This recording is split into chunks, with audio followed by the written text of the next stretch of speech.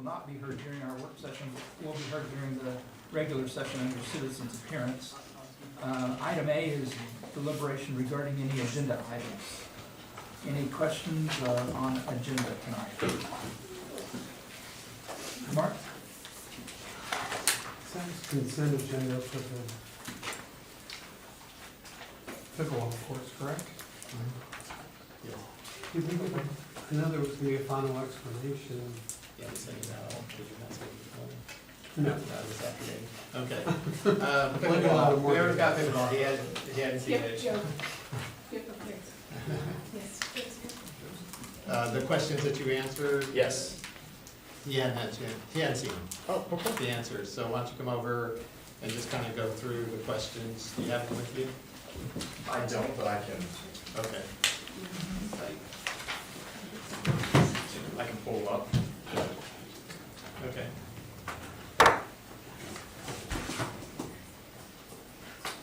Okay, so I have them right here. I'm Joe Weber. For those of you who haven't had the opportunity to meet the manager at the Tennis and Pickleball Center, thank you for having me out here tonight. Are we ready? Fantastic. Okay. Question number one was, have we done an investigation into why the current coded failed so quickly? Answer was yes. There are three possibilities, of which it could be one or multiple. One, it's poor workmanship from the original contractor. Two, there was something wrong with the batch of surfacing material that was used. Or three, there are foundational concrete slab issues with the courts themselves. This is something that can't be confirmed until the existing surface material is removed.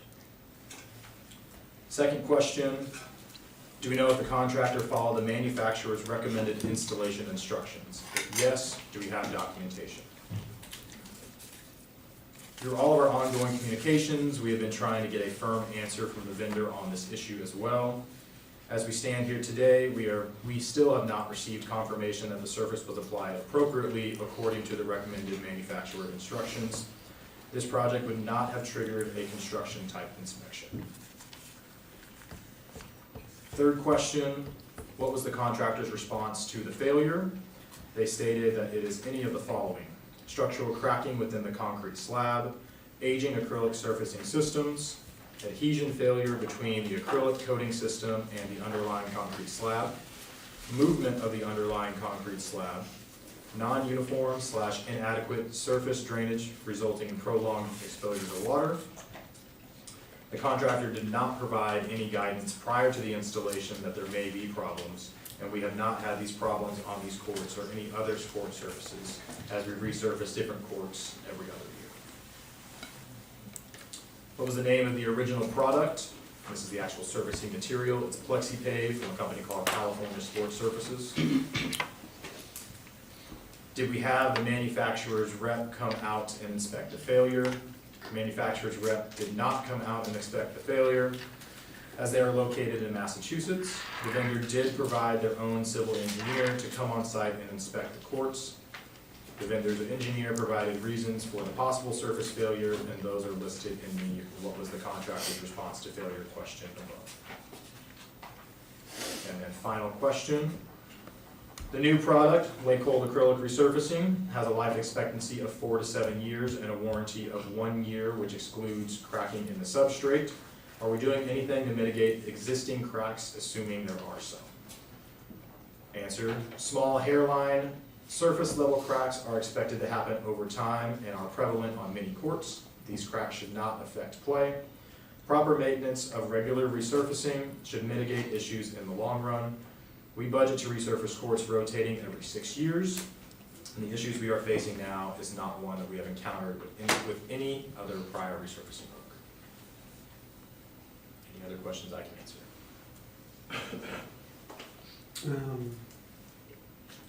Are we pursuing legal action with? Bob is involved. Turn that over to Bob. Bob is involved. Yeah. Let's just say Bob that. is involved, okay. Yeah, Thank you. I'm involved and we've talked about everything that was just disclosed to you, and we've talked about it. And once the material's taken out, then I've told them to make sure they don't get rid of it, make it available and so that we can test it and determine what's wrong. Circumstantially, I would say, based on our past experience, there's either something wrong with the application or the materials that they use. Because I don't see that there's other foundation problems. There may be, but It's probably the prep. yes, sir. Okay, thank you. Don, then Ramesh. On L, this is just informational, this is on the Cotton Belt. It's a mile, is it a mile and a half, is that everything that's in the city? No, it's not. This is from Mockingbird to Freeport. Okay, so that's a mile, and I know part of that is Dallas, part of that's Right. part of that, right, but, okay, I just thought that was longer than a mile and a half. So the mile and a half is just, that's through all They're of cut out. That's Okay. portion, yeah. Okay. Segment. I was just curious, I thought it was gonna be longer than that, all the way over to Freeport. And then on H, this is more of a commentary, whether it's Mindy or anybody else. I think it is great that they are asking that this program seems to have, exploded, has increased quite a bit, and the businesses are using it more. So I'm excited that happened. This comes up like at DRMC and things like that a lot about first mile, last mile, and how do you solve for some of that. And for a long time I would talk about this, but we just didn't have a lot of activity, and it looks like it's actually being used. Do we actually think the Silver Line, is that making an influence at all, or are people just more aware of the program for the businesses, or what? We actually don't know, Okay. because I don't have where the rides are necessarily originating from. But I think we've just seen a significant increase of the number of businesses and then the number of the unduplicated passengers, so. Well, that's great, and I've even heard TJ from DCTA board, TJ Gilmore, talk about, we'll hold this up as an example of a program to use for the businesses. So I just wanted to make a commentary that I think it's been a great initiative. It's taken a little bit while to get it going and everything, but I love the fact that we're seeing it go where it's going. Just to pile on that one, the chairman of DCTA, Paul, Can't think of his name, but. anyway, CEO of DCTA is very pleased with the program. He was very excited to see it grow like it has, and is Right. using it kind of as a advertisement for other cities. He had told me the same thing, and I think he was potentially looking at expanding the concept, even with us over time. So it's been a great success, I think. That's all I have. Thank you very much. Ramesh? Thank you, Mayor. On item E as an echo, the generator for, DS and Delta, the generator for Cosby Library. So my understanding is that as long as the library has existed, we have not had a generator, is it correct? I'm sorry, could you repeat the last part of that? So this, for item D as in Delta? Yes. So as long as the Cosby Library has existed, we have not had a generator so far. Correct, but the generator we have for the Coppell Library, we're actually installing the one that we pulled from the Arts Center when we put a larger generator at the Arts Center. Oh. Okay. So we have that generator already at All right. basically no cost So it's for the item E is the one that we're buying brand new. for the senior center. And senior centers never had a generator before. Correct. And given that it's $250,000 for the lifetime of ownership, is there any particular reason why we are doing it this time, this year? From a standpoint, when power goes out at the senior center, from a safety standpoint, it's really important that there's auxiliary power in place. And it's just time. It's a part of our 5-year capital planning. It's time for this rotation to come up. So this means we would be trying to do this for all municipal buildings? For ones that involve from public safety to the core, to the library, to this building.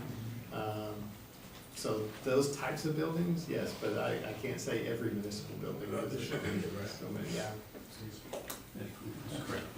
That's why we did the library. Originally, the senior center was actually scheduled before the library, but the generator we pulled from the Arts Center will work at the library, but not at the senior center. That's why we lost them up. Thank you. Kevin? I just want to make a comment on that.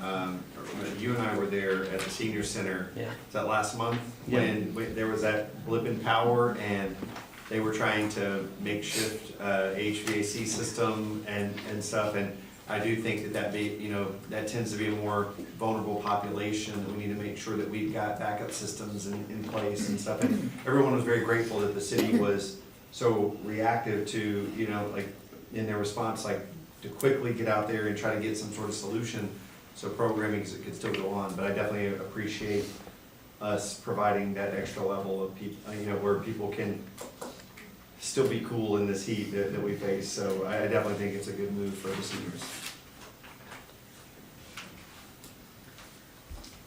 Any other comments or questions on consent? All right, we will move on to item B, which is a deliberation regarding the Coppell Arts Center. Thank you, everybody. First, I thought we were gonna have everybody get up and talk about the Coppell Arts Center. I know, I'm like, what is happening? Where are they going?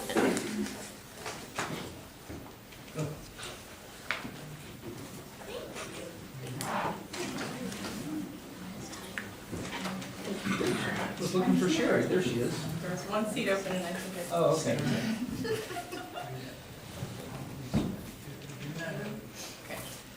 Good evening, Mayor and Council. Thank you for allowing me to be here this time to talk to you about the Arts Center. So tonight, I'm here to provide a follow-up discussion regarding Coppell Arts Center's future operations and cost recovery goals that were presented to you back in February. So before I get started, I want to introduce our new Arts Center manager. Her name is Jenny Bishop. She's been with us for almost 5 months now, and we are so excited to have her energy and talent with us every day. So just wanted to put a face with a name there. Okay, so to start this evening, I wanted to do a brief recap on how the Coppell Arts Center is funded. So the Coppell Arts Center is fully funded and supported by the Coppell Recreation and Development Corporation, or for short, CRDC. And then a small portion of the Arts Center is supported by the Hotel Occupancy Tax, or the HOT Fund. So the Arts Center is not funded by property taxes. Can I ask a quick question? Is that true of any other facility we have in town? The library, the core, the biodiversity center? Not fully funded. As far as general fund, CRDC, Right, well, I mean, are any of our other facilities fully funded by sales tax and hot fund? not fully funded, no. The Arts Center is the only facility fully funded. There are aspects of projects that happen in some of those facilities, like the core, whenever we do pool replacements or anything like that, it's funded through CRDC. Okay, one-off items? Yes, yeah. Okay, but in terms of annual operational costs, we don't have another facility funded exclusively with sales and hot Correct. fund? Okay. Those facilities are all fully funded, yes. Thank you. That's a great question. So the CRDC receives its money from the half-cent sales tax that is collected through transactions within Coppell. The center earns money from their ticket sales and facility rentals, and that earned revenue goes back into the CRDC fund balance to support their future operations. During our last update on February 24th, staff presented financial and operational data from fiscal year 2025. Currently, the Arts Center's cost recovery as a whole is at 32%. To break that percentage down, our current revenue is generated from the 3 areas you see up there. 61% comes from private third-party rentals, 37% comes from ticket sales from our presented programming, and 2% comes from other fees such as playbill advertising and invoices for above basic services. You will also notice that there's a facilities fee listed up there at 0%. Per council recommendation, that fee was removed back in 2024, but it is important to note that we did previously collect revenue through that.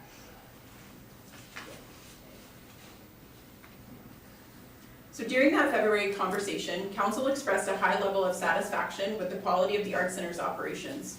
We also discussed cost recovery and what it could look like for the Arts Center. While a specific cost recovery target was not established, council did provide clear guidance on a few areas.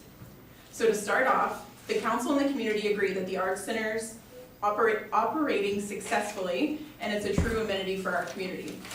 Secondly, We were asked to focus on quality over quantity, buying fewer show titles to ensure that every booking maintains the high standards of our community.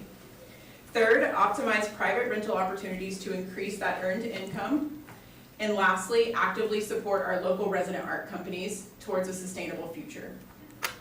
If council desires for the Art Center to achieve intentional revenue growth while continuing to support both the community and our resident companies, policy adjustments must be considered. Tonight, we are seeking council discussion and direction to clearly define the center's priorities, community impact, and long-term financial sustainability. Currently, the Art Center data shows that without future policy changes, we cannot drastically increase our earned revenue. So to help guide our discussion this evening, I would like to pose a couple of questions for council's considerations. So the first one up there is, what is the fiscal expectation to support our local resident companies? Understanding that this will help develop the answer for the second question. And are we targeting a specific cost recovery percentage moving forward? And if so, what is that goal? To give us some helpful context, the chart on the screen looks back over the last 5 years. It tells the story of the cost recovery journey that the Art Center has maintained so far and can help when considering that cost recovery goal. On the chart, you will see a large jump in 2022. That was the first operational season for presented programming and our third-party rentals. In 2023, council approved a mid-year staff expansion from 9.5 FTEs to 18 FTEs to support additional third-party rentals, presented programming, and high-quality service for our patrons. In 2024, we increased programming costs by introducing a headliner and increased the volume of third-party rentals, which in turn created a consistent cost recovery at that 31%. And then in 2025, we were able to increase the cost recovery again by adding more third-party rentals and stabilizing the presented programming to what you see today. So using that information, let's return back to our discussion questions. What is the fiscal expectation to support our resident companies? And are we targeting a specific cost recovery goal? So I'm here and available to help guide your discussion. I just have a question. Why are we discussing a cost recovery percentage for a facility funded entirely by sales tax and hot fund that are paid almost entirely by people that don't live here? Why are we not discussing cost recovery percentages for all the facilities that are funded by property tax? Since the Art Center's been open, this has been a constant conversation for the council. And we have sought and continue to seek information from the Oh, council. no, I understand that. I understand. My question is, That's why we keep why bringing are it we up. as a council Okay, I just want to make sure continuing who's to getting discuss asked the the question. issue? Right. No one's asking for the Biodiversity Center to set a cost recovery percentage, or for the library. And those are all funded by property tax, which is what, people think is too high oftentimes, but, according to our latest numbers, according to the mayor, 66% of our sales tax is paid by non-residents. And I imagine probably about 99% of our hot fund is paid by non-residents, because they're staying at a hotel. So why are we doing this? Why is the Art Center being singled out when it's not even funded by property tax? It's a good question. Ramesh? Yeah. I don't have an answer to that, but I will say, if that's the question you're asking, why even set it at 31%?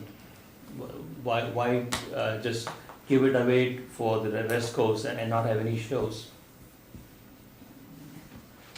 Well, that doesn't have anything to do with my question. My question is, why are we discussing a cost recovery for this facility when it's not funded with property tax? I mean, given that we did approve additional headcount, and with additional headcount, I understand that we're paying it through the sales tax. And that sales tax money could be used for anything in the city. Doesn't have to be only used for the Art Center. Keep in mind, I'm in support of the current funding for Art Center, but I do think having a cost recovery target between 30 to 40 is a good long-term thing. So that way the residential companies also value the time that they're getting. So if something is zero, it doesn't have a value. So having some kind of a cancellation fee or 5% or 10% cost recovery would set best practices and make them more efficient as well and make their shows better so people will want to go and see. So I'm not in favor of cutting the funding, but I'm in favor of charging the residential companies something, maybe whether it's cancellation or 5-10% cost recovery. Okay, so I understand what you're saying, Ramesh, but it still doesn't answer my question. Why is this facility that's not funded by property tax being singled out as requiring a specific cost recovery? Again, I don't have a direct answer, but core has a cost recovery of 68%, right? And when we don't have, when we need to increase the cost recovery, we have the ability to increase the subscription fee that the residents pay. Whereas for Arts Center, we don't have that, those dials that we can turn. And again, this is a discussion, it's not going to be, we're not deciding, I guess we are deciding whether we're going to increase the cost recovery percentage, but let's see what everyone thinks. I'm done. Okay, there are dials that you can dial on the core or the art center. You For could increase, the core, yes. you could increase ticket prices at the art center. You can increase the fees to the resident company, but, it's up to the staff to determine what the optimum rates are for those. And so, Right. They are where they are. Anyway, that's kind of where we are. I'm sorry, Bijou, you were next? Yeah, thank you, Mayor. Mike, I have a question for you. I'm looking at the city budget FY '26 amended. The CRDC funding is 8.2 million. All of them are from sales tax funding. And what are the projects that we put aside because our expenditure at the art center increased for budget? It's been increasing every year. I defer to Jessica and the Parks Board because they established the priorities for funding for park-related expenses. Yeah, so each year, the CRDC board and the park board, the work program is already set aside to maintain operations of the art center. So this is not anything they have to debate each year. The art center is fully funded through the CRDC, and then anything else we then slate in projects based on community input or need or just replacement schedule. And to date, we have not delayed any other project in order to support the art center. We've been able to do everything that we've needed to do thus far with the council's support and community support. So let me ask, let me rephrase my question. The budget is 8.2 million. We are using 3 million for art center. So about 39% of the budget is used for art center. I know there are park road projects, 20 items. Every year they have a list. There are projects we could do if we had 8 million, but we are not because we are setting aside for 3 million for art center. Sure, there's money in the CRDC fund balance, and that's put into the budget each year based on the projects we've already pre-prioritized, and the art center is already taken care of, the operations are already there. So there's still funding available to pull in projects, we just do the projects that we can do capacity-wise and that are prioritized. But we're not foregoing any other projects because the art center is using 3 million of the budget annually. But if you have increased income from art center, we don't need to use the CRDC fund. So we can use it for park projects or park-related projects. Theoretically, yes. Okay. Yes, but we're able to do everything that we need to get done. Okay, Mark, were you next? Yeah, the question I wanted to ask was, we've already adjusted the budgets for the art center and other facilities that are drawing on that half-cent sales tax to reflect as if the destination change is occurring, right? just want to make sure that we've got that. Kevin? So I was gonna bring up the fact that, I believe the last audited actuals, is that 23, 24? It would have been 24, 25. 24, 25? Didn't they actualize about $11 million in sales tax? Understanding that we were budgeting. I feel very confident in that number because I just looked at the budget, meaning that while we are budgeting at $8 million, we actually have actualized because, to your point, that we are still receiving the full sales tax. So that is an additional $3 million that we're actually receiving versus budgeting. And what I'm hearing from our director is that we have all the funds that we need to properly execute the projects that are coming before us. So while I understand that if we took a negative, hit in the lawsuit and everything like that, at that point, that would go down, but we're still actualizing pretty hefty amount, I would say, in relation to that. So, and which is sustaining the fund balance that will allow us to continue to support future art projects. Is that a fair assessment to say? Correct. Okay, thank you very much. Jim? Oh, okay, so I was curious, I thought I saw some numbers, and this is directed to whoever has an answer, I don't know. I thought I saw some numbers that the Art Center's throwing off, how much per revenue per year? Throwing off.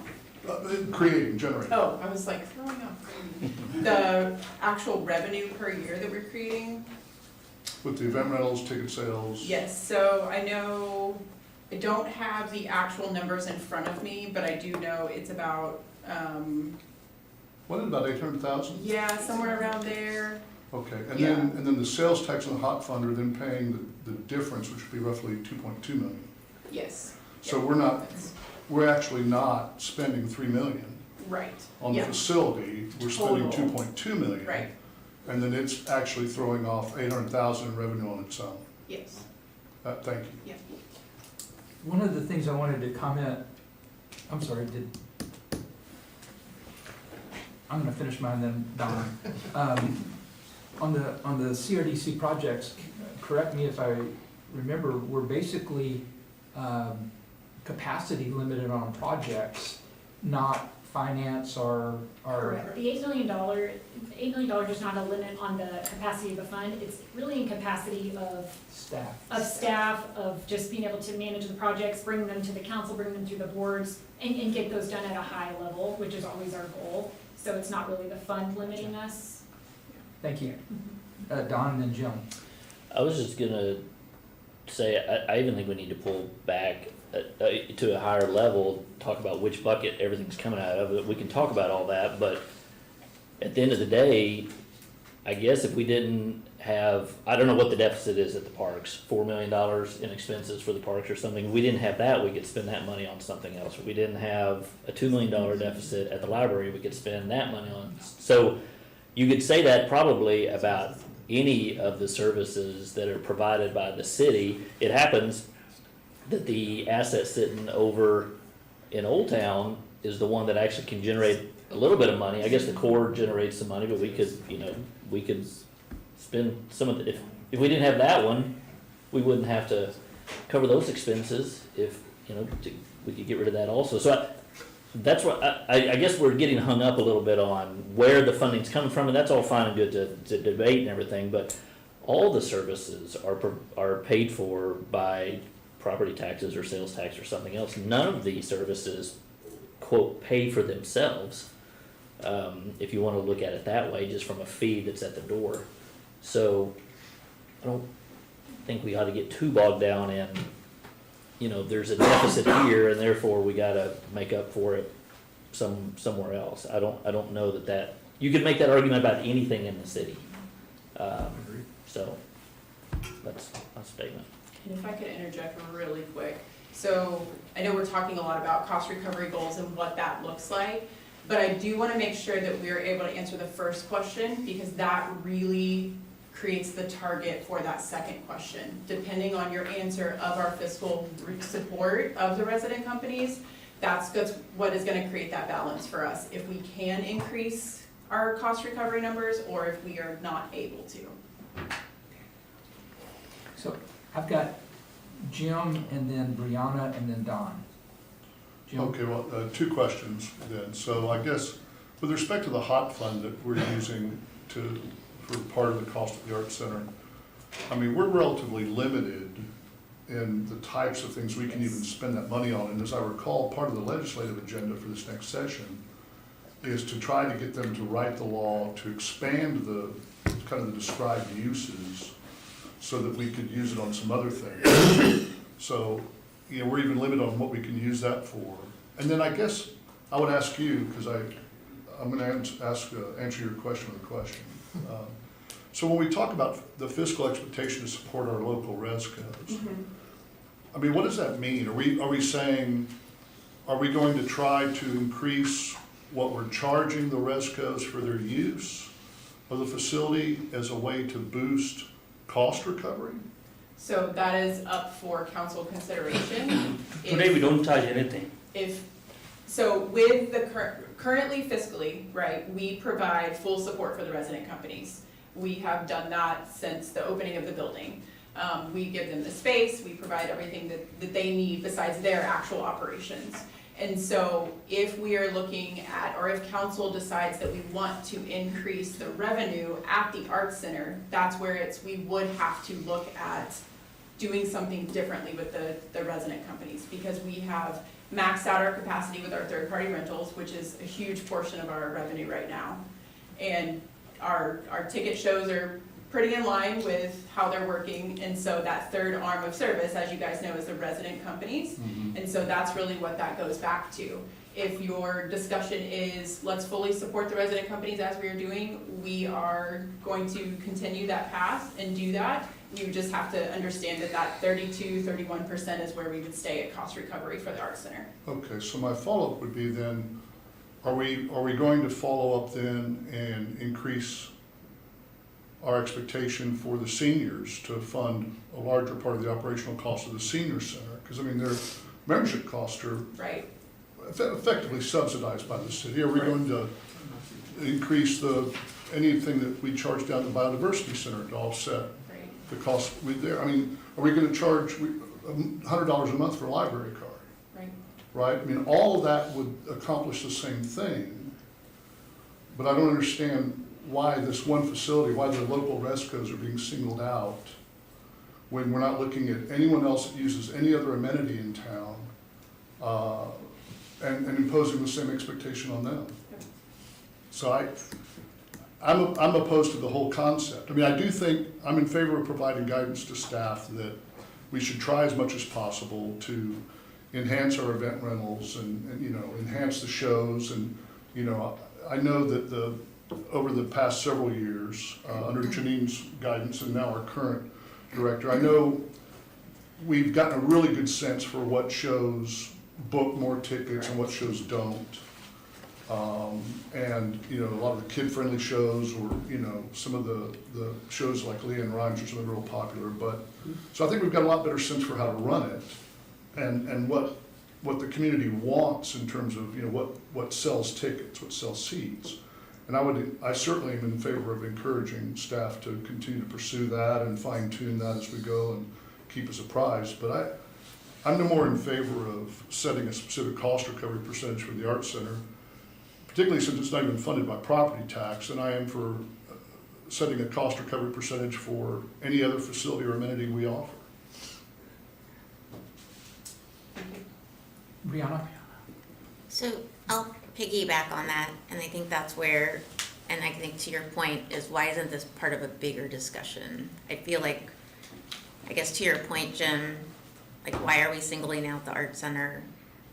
I don't know the right number of where we should land, if anything different than what we currently have, if we aren't looking across the community at other facilities as well, and is there an opportunity for us to give and take wherever that might be? And so I guess my thought was that this would be part of the conversation we would have at retreat, if that's where it fits. But I guess to your point is, there's buckets, money, there's only so much we can do with a hot tax, and I'd like to not talk about this in a vacuum, because I don't know how this impacts everything else. I think, I'm not sure it does impact anything else. I think you have to There you take go. each one, kind of case by case. For example, at the With core, senior center, yeah, or the we core. could increase the ticket, or the cost of membership at the core, but your membership's gonna go down. I mean, that's a competitive environment. Same thing goes with the library. We could charge, what'd you say, $100 a month? Library card? Yeah. Right. I don't think. Mayor we Pro could- Tem Or- went on record. Or new, right, or there's a senior center, or any of that, so, yeah. But, so, you don't wanna start charging each citizen, $100 or $1,000 for calling into the fire department. That's just not something that we're gonna do. So, probably the reason that this one's coming up is the Art Center is a bit different. It's not, it's not a fire department, it's not a police department, it's not a library. There are other facilities that could be held the same, but, even rec centers aren't held to a cost recovery model, so, And- good question. And then I had another question, actually, and if you don't have the answer, I'm completely fine with that, and we can talk about it another time, but how does our facility compare, if any, to other facilities around the area that may be in a similar situation and have a similar cost structure, right? So charging their local resident art companies and so on. Do Right. we have any of that data? Yes, we do. We Okay. actually look at all the surrounding arts facilities, performing arts centers. And so we are the only performing arts center that does not charge some type of fee structure for resident companies Right, in the okay. facility. And then I did want to piggyback on one of the reasons why this is brought back up was because at that February conversation, there was a lot of conversation about cost recovery and what should the cost recovery of the Arts Center be after we came off the DeVos study a few years ago. So as staff, we took that back as, okay, we need to come back to you guys to figure out if there's an actual cost recovery goal you want and what that looks like. So that's why we're posing that and bringing that back to you. Thank you. Okay, I've got Don, then Kevin, then Jim, then Bijou, then Ramesh. Don, If we charge the Rescos, let's say 5% or whatever, and I think I remember seeing some numbers thrown out there or whatever, but how much are we moving the needle at all? I mean, how much revenue, how much more cost recovery is there if you charge them 5%? Yeah, so given the data that we have, I Mhm. couldn't say it's 1%, 2%, 3%, but to be honest, it's not a lot. Yeah. When you're looking at, let's say 5% is a good number to charge for that. Well, I guess that's where I struggle a little bit, is if we're looking to get from 32% to 40% or whatever the number is by charging the Rescos, I don't know if you can charge them enough to ever get there, to begin with, so it's sort of a futile exercise, quite frankly. If we're talking about trying to continue to improve the efficiency of the Arts Center over time, it looks like we've plateaued at 32%. That seems to be where we're gonna run, and I don't know if that's because of the size of our art center compared to some others or what it is, but that seems to be sort of the norm, and it makes sense that you wouldn't wanna fall back from that and maybe even improve it, but I don't know if necessarily charging the Rescos is going to do it. If you did a 5% charging of the Rescos or something, so they have a little bit more skin in the game, that would be fine. We all know how that's gonna get paid. It's gonna come out in the service org conversation Yeah. during budget time. So, and maybe that would be a caliber to help, to have them lock arms with us and continue to try to be efficient, but it's all gonna come out of the same pot ultimately, so. Yeah, there are a couple things that could have, so charging the Rescos is not gonna necessarily bring up a large percentage, but then, like I spoke about in the very beginning, that ticket fee of the facility fee, that is an additional potentially $40,000 a year if we were to put back that ticket fee to add on to that. And then the only other piece to that would be, it's a couple different pieces that could move the mark, is if we were to charge the Rescos, then there would probably be less reservations, which then opens the booking up for third-party rentals. But all of those things have to go together to move the To needle. try to Right. figure out what we got. Right. And just as a little, keep in the back of your mind, the Arts Center was set up to support our rescos in the That's first what I place. was thinking Right. of too, yeah. Right. Well, it does seem like we're sort of at this level that if we get improvement, it's gonna be small incremental improvement over time. I don't know that we're gonna do anything that's really gonna move the needle big time, so. Thank you. Kevin? Don, you're a very smart man, because you had some very similar thoughts that I had on that. My point being that I do strongly believe that if we do impose some sort of additional fee to the rescos, that is just gonna increase the ask. And we know that funding comes from our general fund. And so what we're basically looking at is draining money from the general fund and then just funneling it over to the CRDC, because that's where the profits go from the Art Center. So really, it's just a moving of money. And let's be honest, with some of our previous discussions we've had over the past couple months, there's more pressure on the general fund than there is on these funds that are supported by sales tax. So I don't think that it is in anyone's best interest to set that up to kind of funnel that money. There's already an odd narrative going on around in our community that some of these general fund supported facilities are being pressured because of the Art Center. And in my opinion, if we imposed additional fees, that would actually cause that to happen. We would be putting additional pressure on the general fund, which I do not want to do, because we've got, as has been said in the past, we're going to have some discussions in the future about. So this just doesn't make sense to me. Yes? I just want to make sure there's not confusion. I may be confused in hearing you. The arts groups are funded out of the hot tax, not the general fund. That's true. I'm just trying to, Okay. I'm not trying to confuse, I just want to make sure I was hearing. It No, sounded okay. like you were saying. I did not know that. No, Checkmate. that's incredibly fair then. It's, because I just want to make sure. When y'all looked at that sheet, if you Yeah. remember, there was the general fund services, and then there was hot tax. The arts groups were the hot tax. And every one of them comes out of that? Uh-huh. Okay, all right, well, cool. I That's don't where wanna also put the any- historical society comes Okay. out of there too. So you're moving hot tax over to the. I guess I am moving the hot tax over, so, but I appreciate that, but still, I mean, we're talking about Well, putting there are pressure limitations. on our hot tax form. Right, to the arts, it's limited to 15%. Yeah, no, okay, and that's clear, and I know that we're trying to expand that in the future to be able to do that, so, but just anything, I just wanna make sure that we're not moving unnecessary money over to the CRDC, when the CRDC is, we are showing that it's got plenty of revenue.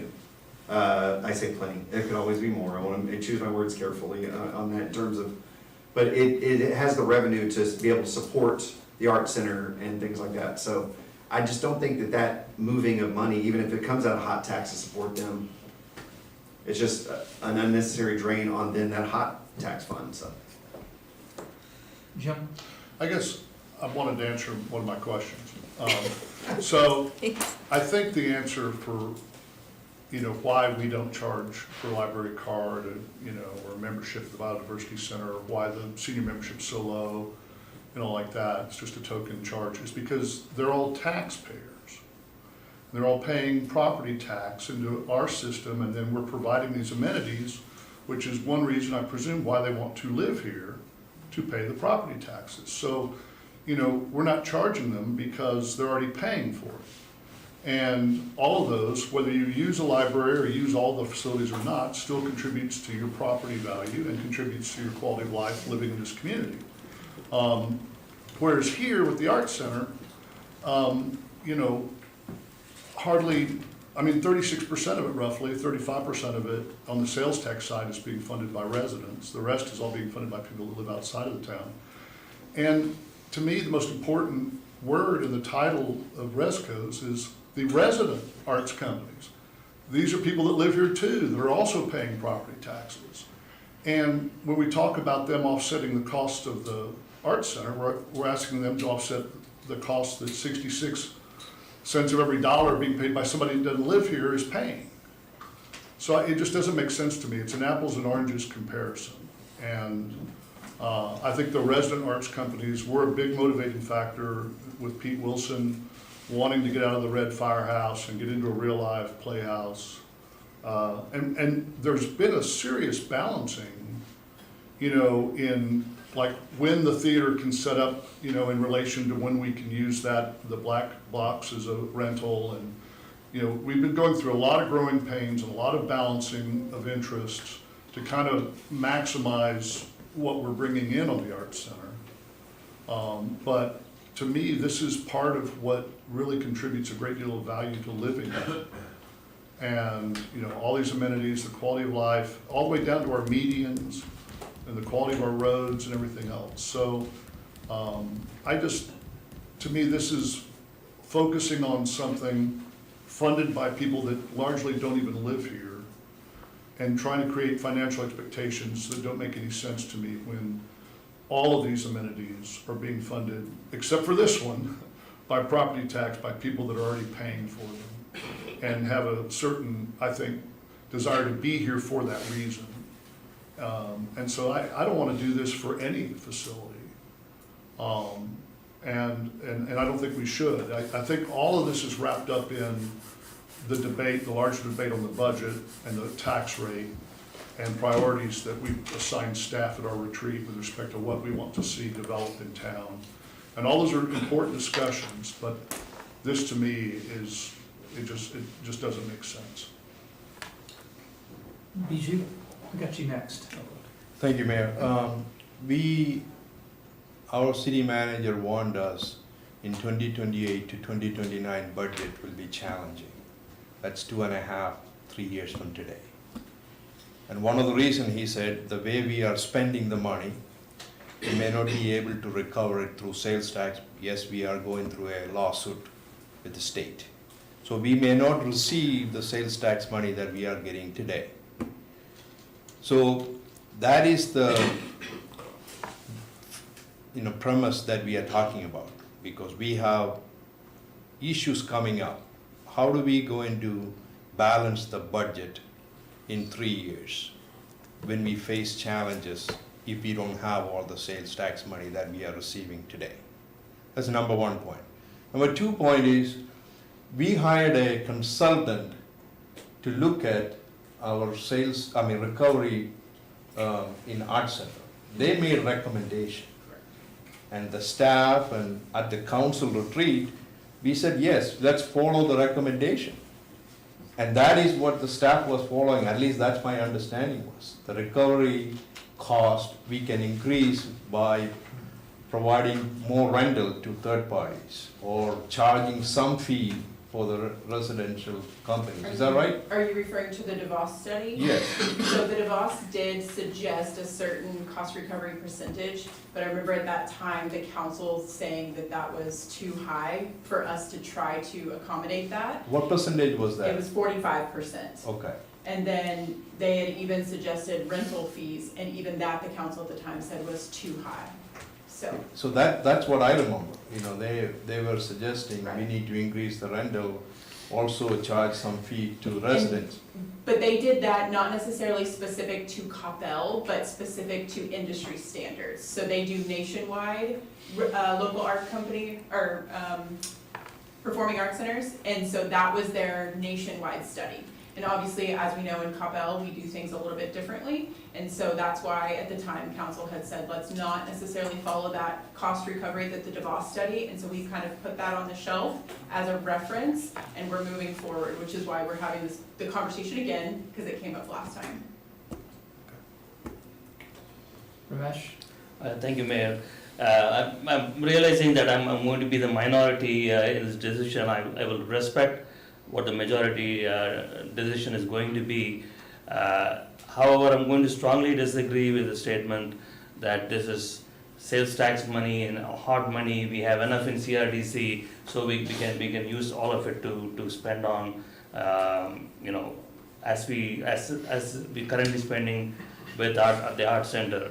If you give me that money in CRDC, and if there are enough park projects to be done, we could hire the people needed to get everything done. So you can use the money to spend it differently. That choice is always there.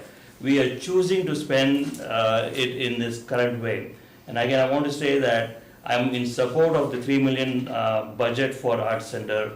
I value the residential companies. I think they're important and we should support them.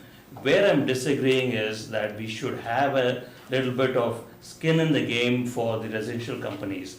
There should be a cancellation fee. There should be some cost recovery from the residential companies, because if something is given free, then it has a different value as opposed to if you have to work for it. If we can increase our cost recovery from a current 32 to maybe even a 40, like you said, there would be more bandwidth for the management to give it out for rentals. So that means we'll have more rental revenue coming in, and I think that's a good thing. I think as stewards of the city finances, we should be investing our money in what is the best return in value for the city. In my opinion, increasing the cost recovery target is a good fiscal decision. So with that, I'll keep my peace. Thank you. Don? I guess I was just gonna reiterate sort of in response to that, if we shut a bunch of parks, we'll have extra money too to go do stuff with. And so I mean, we're not doing cost recovery on the parks. So it doesn't completely make sense. I mean, it doesn't make sense that we only do it, I guess, on the Arts Center. Somebody explained it to me this way that's made a lot of sense, because you have a lot of quality of life amenities in this city or a bunch of cities. And ultimately all Mike and Clay and Jim and whomever for years and years and years have tried to do is come up with, what do all the outdoor people, do they have something to go do? And what do all the people who love to read, do they have something to go do? And all the people who love butterflies, do they have something to go do?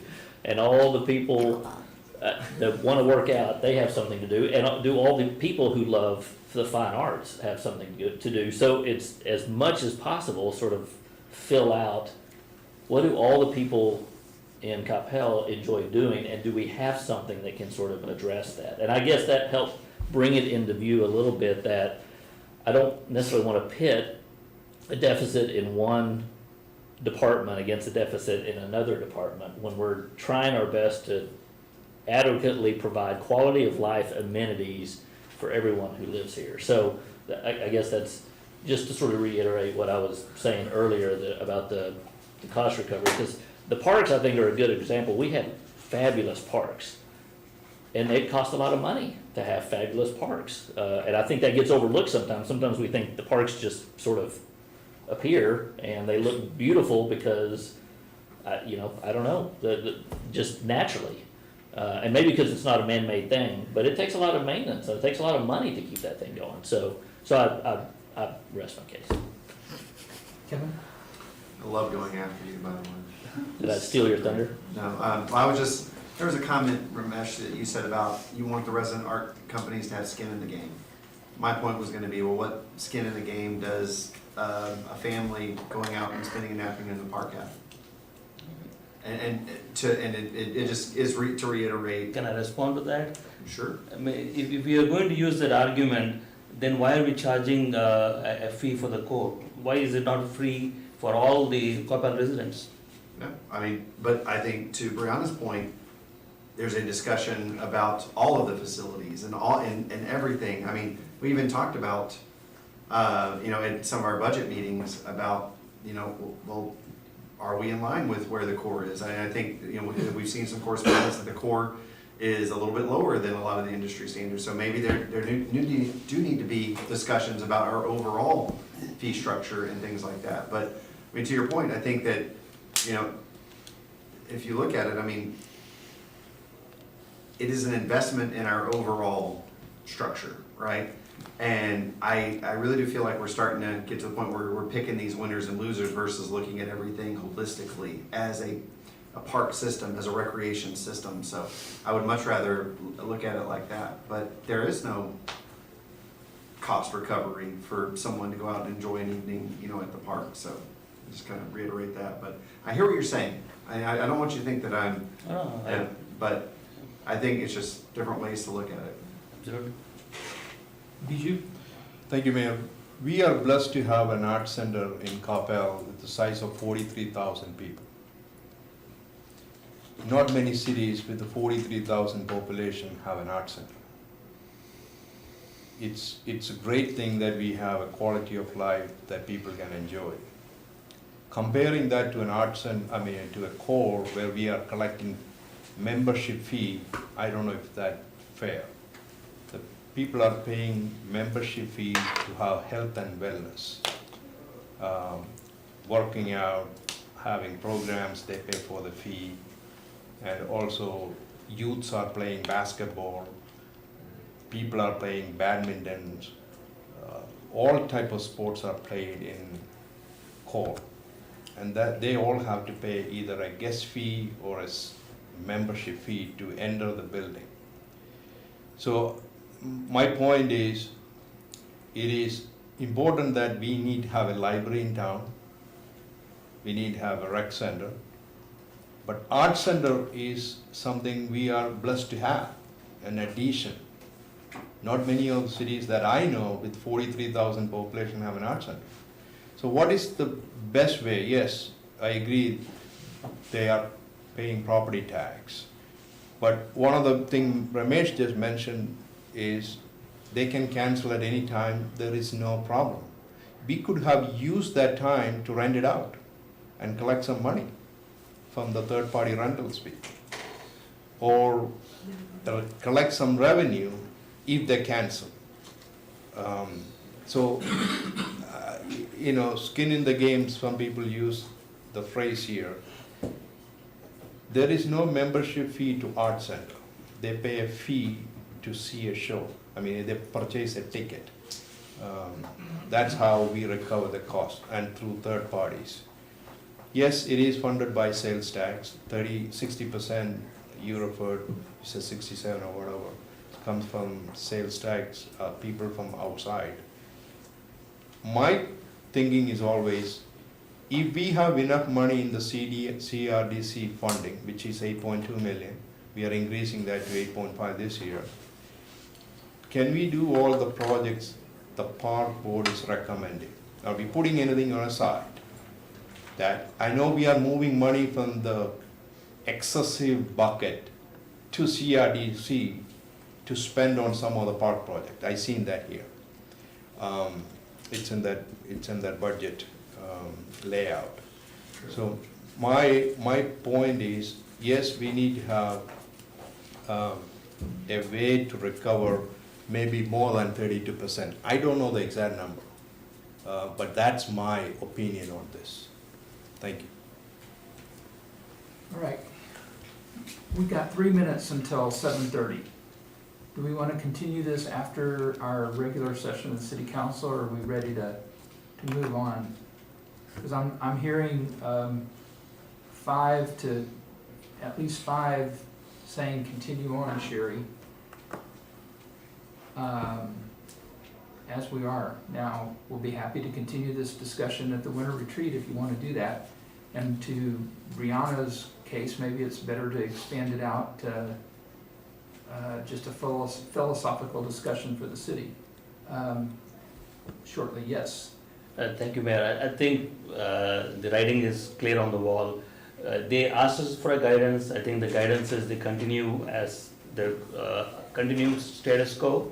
And then whether we discuss this in retreat or not, we can talk about it. All right, thank you. Don? The only thing I was gonna ask is there something that you are needing from us? There's not really anything you need from us right now, because we got a new budget about to go into place. The specific thing I need is if we're continuing to move forward with our current operations and fully supporting the resident companies in trying to create revenue where we can, but not forcefully trying to create revenue, or do you want us to forcefully try to create revenue? Those are the answer that I need.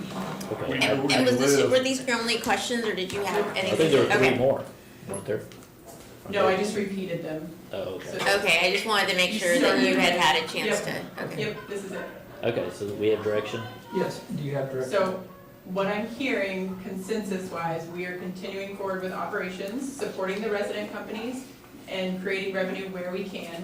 And then you guys will have a discussion at a later time if you feel the need to look at Change cost something. recovery. Can I have a thumbs up, please? Okay, yes. Perfect. That's what All I right. needed, thank you. We are recessed from work session at 7:29. We will be back in here to continue item C after the regular session.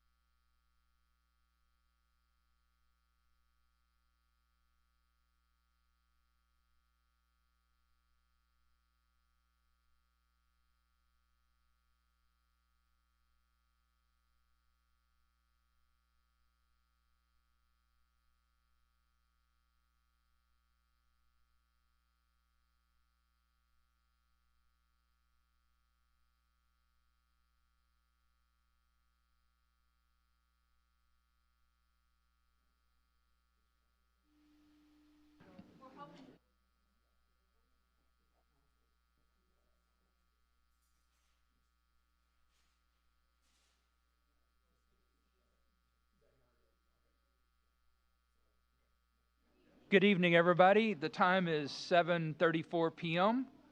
We're here, we have concluded work session. We're going to move in, and we are here for the regular session of the Coppell City Council. Just as a reminder, persons wishing to speak during the citizens' appearance or public hearings must sign the appropriate register located outside the council chambers and list your address. We do have a couple of public hearings as well as our citizens' appearance, so be cognizant that there are different sign-up sheets. And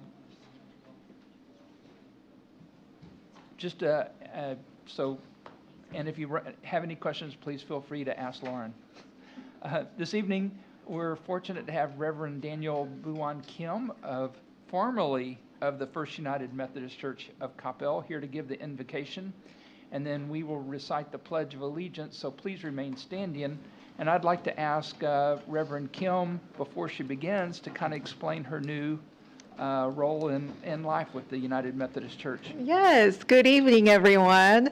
Good to see you all. My new role is to come alongside citizens and community members in Carrollton, the Farmers Branch area as community clergy. I have been appointed as community clergy upon completing my service at First United Methodist Church Coppell this past July, and it is such an honor to cross the borders that we share, to be with you all this evening and offer tonight's invocation. So I am so grateful that I got to fulfill my promise to be here tonight. So before my appointment changed, so let us go to God in prayer together.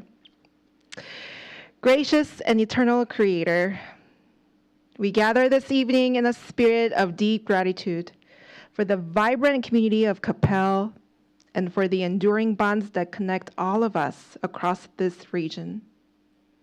We ask for your blessing and guidance upon the City Council, Mayor Mays, and every public servant who has dedicated their time and talents to the betterment of the city.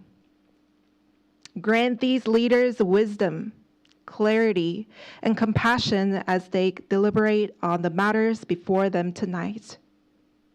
May the actions taken here tonight strengthen the foundation of Coppell and serve as a beacon of good governance for all of us. In your holy name we pray. Amen. Please join me in the Pledge of Allegiance.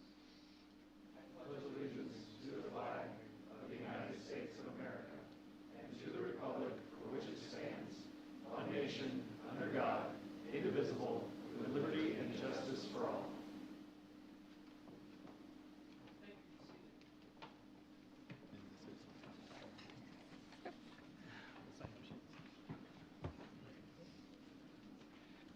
Item number 6 is our citizens' appearance, and persons wishing to speak must sign the register and list their address. Presentations by individuals shall be limited to 3 minutes each, during which time the speakers will remain at the podium and face forward and address only the mayor and the city council. Persons signed up to speak will be called in the order that they signed up. In order to maintain an orderly and respectful meeting environment and to conduct the public meetings of the city, speakers will adhere to the standards outlined in Ordinance 2025-1633. There will be no comments or deliberations from the City Council due to the Texas Open Meetings Record Act. We do have 3 people signed up to speak, and the first one is Barb Schmidt.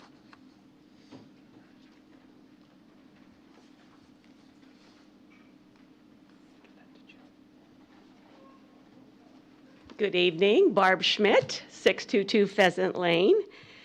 My comments will be brief and to the point, and thank you for this opportunity to speak. I've been an avid pickleball player at Wagon Wheel for nearly 4 years now, and the attendance at open play and participation in the intramural leagues has indeed exploded. Literally hundreds of people each and every week are playing pickleball there, whether it's renting courts, playing in leagues, or at open play. We have at least 6 open play times a week. Not only are we making new best friends, but the socialization and community interaction is contagious and fun. We are always getting new players, and the atmosphere is electric, and everyone is welcome.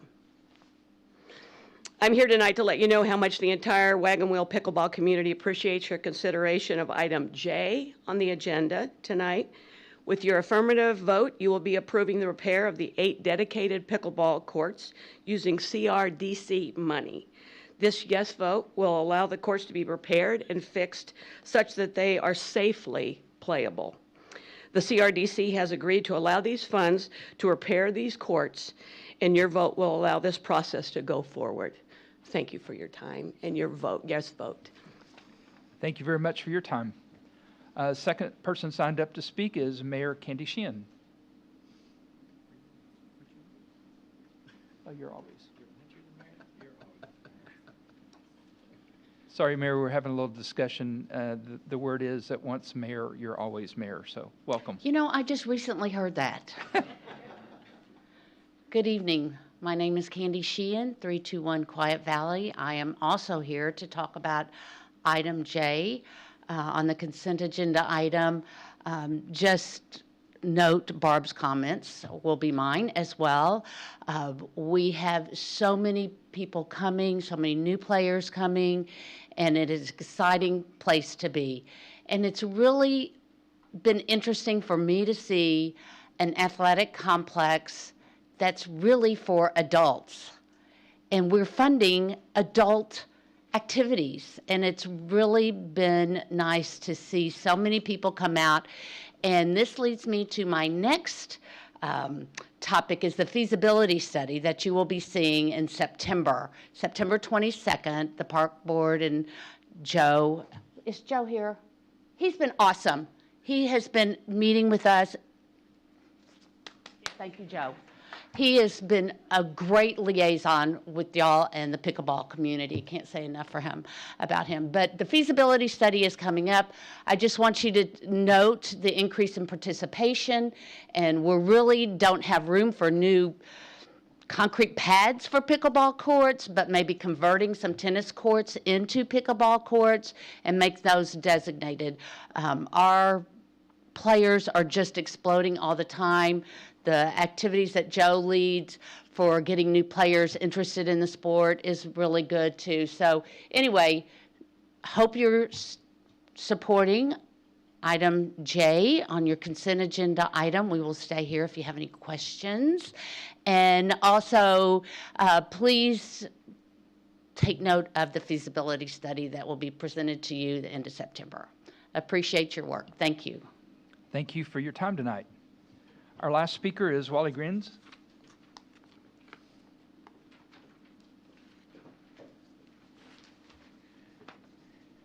Thank you. I'm Wally Grunis, and I've lived in Coppell for the last 30 years at 713 Castle Creek Drive. I want to share my perspective on the Coppell Art Center vis-a-vis the idea that's been floating around out there that the center should generate more revenue to cover most, if not all, of its costs. If that's true, then I'd suggest that the Art Center may be being held to a higher standard than the core, who I love, the Biodiversity Center, the library, all of which are great. But it's a higher standard than some of the other amenities that we enjoy here in Coppell. Look, I've spent 40 years in the business world working with large publicly traded companies, private companies, so I understand there's no free lunch, right? We have to keep costs in line, and we do want more revenues. But I've also served on the board of directors of several charitable organizations during my career. United Way, the Dallas YMCA, Senior Source, the Dallas Regional Chamber, et cetera, et cetera. You get the point. And I can tell you, NFPs are strange animals. They're different. The primary objective of an NFP, which I would argue that the Coppell Art Center is to serve its constituents, not necessarily to make a profit, which is not unlike not-for-profit organizations. So I respectfully ask the council to take these comments into consideration as they assess the future of the Art Center. Thank you. Thank you for your comments tonight. All right, following on, item number 7 is our consent agenda. The consent agenda is routine in nature and is generally enacted in a single motion. These items have been previously approved through the budget or past council actions. Any item may be pulled and considered separately, and full descriptions are available on the screen. We did have a discussion during work session on several of the items, so council, do you have any items that you would like to see pulled or have further questions on? Mayor Pro Tem. I was just going to move. Let's see if we have any questions first. Any other questions? Back to you, Mayor Pro Tem. Thank you, Mayor Mays. At this time, I would move that we approve the consent agenda as stated, items A through L. Thank you, and have a second from Councilmember Nevels. All in favor? Walker, Hinojosa Smith, Carroll, Nevels, Prem Kumar, Matthew Hill, none opposed, motion carries. All right, thank you very much. Item number 8 is a continued public hearing.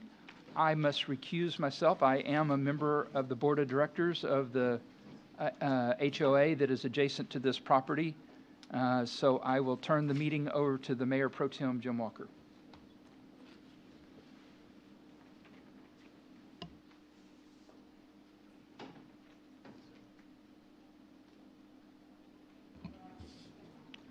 I'll read it if you want me to. I can read it. Do you normally read it? Okay, then you read it. Okay. Okay, this is a continued public hearing, but just to reframe the issue, I'll have Mary Perone Boswell go ahead and read the item now before the council. So item number 8 is a continued public hearing. To hold a continued public hearing and consider approval of plan development 214 revision 11 commercial, a zoning change request from PD 214 R2 to PD 214 R11 to allow for the detailed plan development of a 14,480 square foot commercial center for retail and medical uses on approximately 2.03 acres located at the south side of Sandy Lake Road, approximately 560 feet west of Denton Tap Road. Thank you, Mary. Persons wishing to speak during the public hearing must sign the register and list their address. You will be called to speak in the order you have registered. Public hearings are limited to 5 minutes per speaker. So at this time, we're continuing the public hearing, so it is open. And we'll now have the presentation by staff. Mary, if you please. Good evening, Mayor Pro Tem, Council. So item number 8 is the shops at Sandy Lake. So what we have in front of you here is, let's see here. Here we go. So this property was originally platted as part of a larger 29-acre development that included the development of Arbor Manors and additional commercial property along both Denton Tap and Sandy Lake Roads. The zoning for the overall development was approved in 2007, with subsequent rezonings occurring with each new detailed site plan for the commercial sites. This represents the final commercial piece to be developed. A planned development for this site, which included retail, medical, restaurant uses with a patio, was denied in April of this year. This new proposal is for retail and medical uses only. There's no restaurant or patio or drive-through proposed. So what we have up on the screen right now, on the left is the original PD, and on the right is the current proposal. So the original PD shows 2 buildings out front adjacent to Sandy Lake Road versus the current proposal with 1 building at the rear of the site. The original PD showed parking at the rear of the property versus the current proposal has the majority of parking out front with some at the sides. The original PD shows 2 driveway entrances, one off Sandy Lake at the western edge and a shared driveway out to Arbor Manors Drive. The current proposal also shows 2 driveways along Sandy Lake, one shared with the Verizon lot on the western edge of the property, and the second is approximately 200 feet west of Arbor Manors Drive, just west of the turn lane with the median on Sandy Lake Road. The last proposal had the that second drive about 100 feet closer to the east, but with looking at what the residents had requested, this driveway was moved further westward. And there is no shared driveway connection to residential via Arbor Manors Drive. So the site is currently vacant. The site plan shows a proposed 14,480 square foot building that will contain a mix of retail and medical uses, accessed by 2 driveways along Sandy Lake Road. As mentioned earlier, the previous proposal had restaurant and patio uses. As a compromise with the neighbors, the developer has removed the restaurant and patio uses with this new proposal. A restaurant use would need to go through the rezoning process to be allowed. So the developer is proposing a larger rear setback. Where 20 foot is the norm, they are providing 30 feet. Where a 10-foot rear landscape buffer is required, they are actually proposing 30 feet. And this was all as a compromise to the residents. There are 2 trash receptacles proposed on the western portion of the site. Originally, they were placed at the rear of the property, but based on residents' concerns, they will be approximately 70 feet from the rear property line and residences. There's an existing 6-foot in height brick screening wall between this property and the residential property to the south, which does meet city ordinances.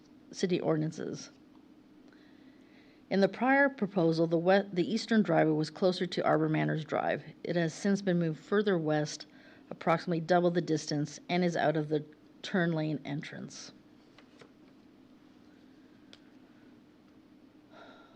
So everything that you see highlighted in red is where the developer has made compromises for the residents' concerns. Here we're going to be looking at the landscaping. Based on feedback from the residents, the developer increased the rear landscape buffer and building setback to 30 feet, where only 10 to 20 foot is required. In order to accommodate this increased landscape setback at the rear and maintain the parking count, there is a PD condition proposed to allow the front yard landscape strip as shown. This ranges from 9.1 to 15.24 feet and averages approximately 12.5 feet in depth, with parking abutting it versus the required 15 feet. Now, the parkway along Sandy Lake Road is approximately 24 feet in depth, so the landscaping out front will be approximately 30 to 43 feet when you include the parkway. The Planning and Zoning Commission had no objection to this request. Again, there is an enhanced landscape buffer at the rear of the site where normally only 10 feet is required. The developer is proposing more, with the building being 30 feet from the southern perimeter. Additional trees along the southern perimeter are also being preserved. The eastern perimeter will see a large number of trees being preserved as well. In total, 55 existing trees will be saved on site. An additional 31 overstory trees will be planted on site.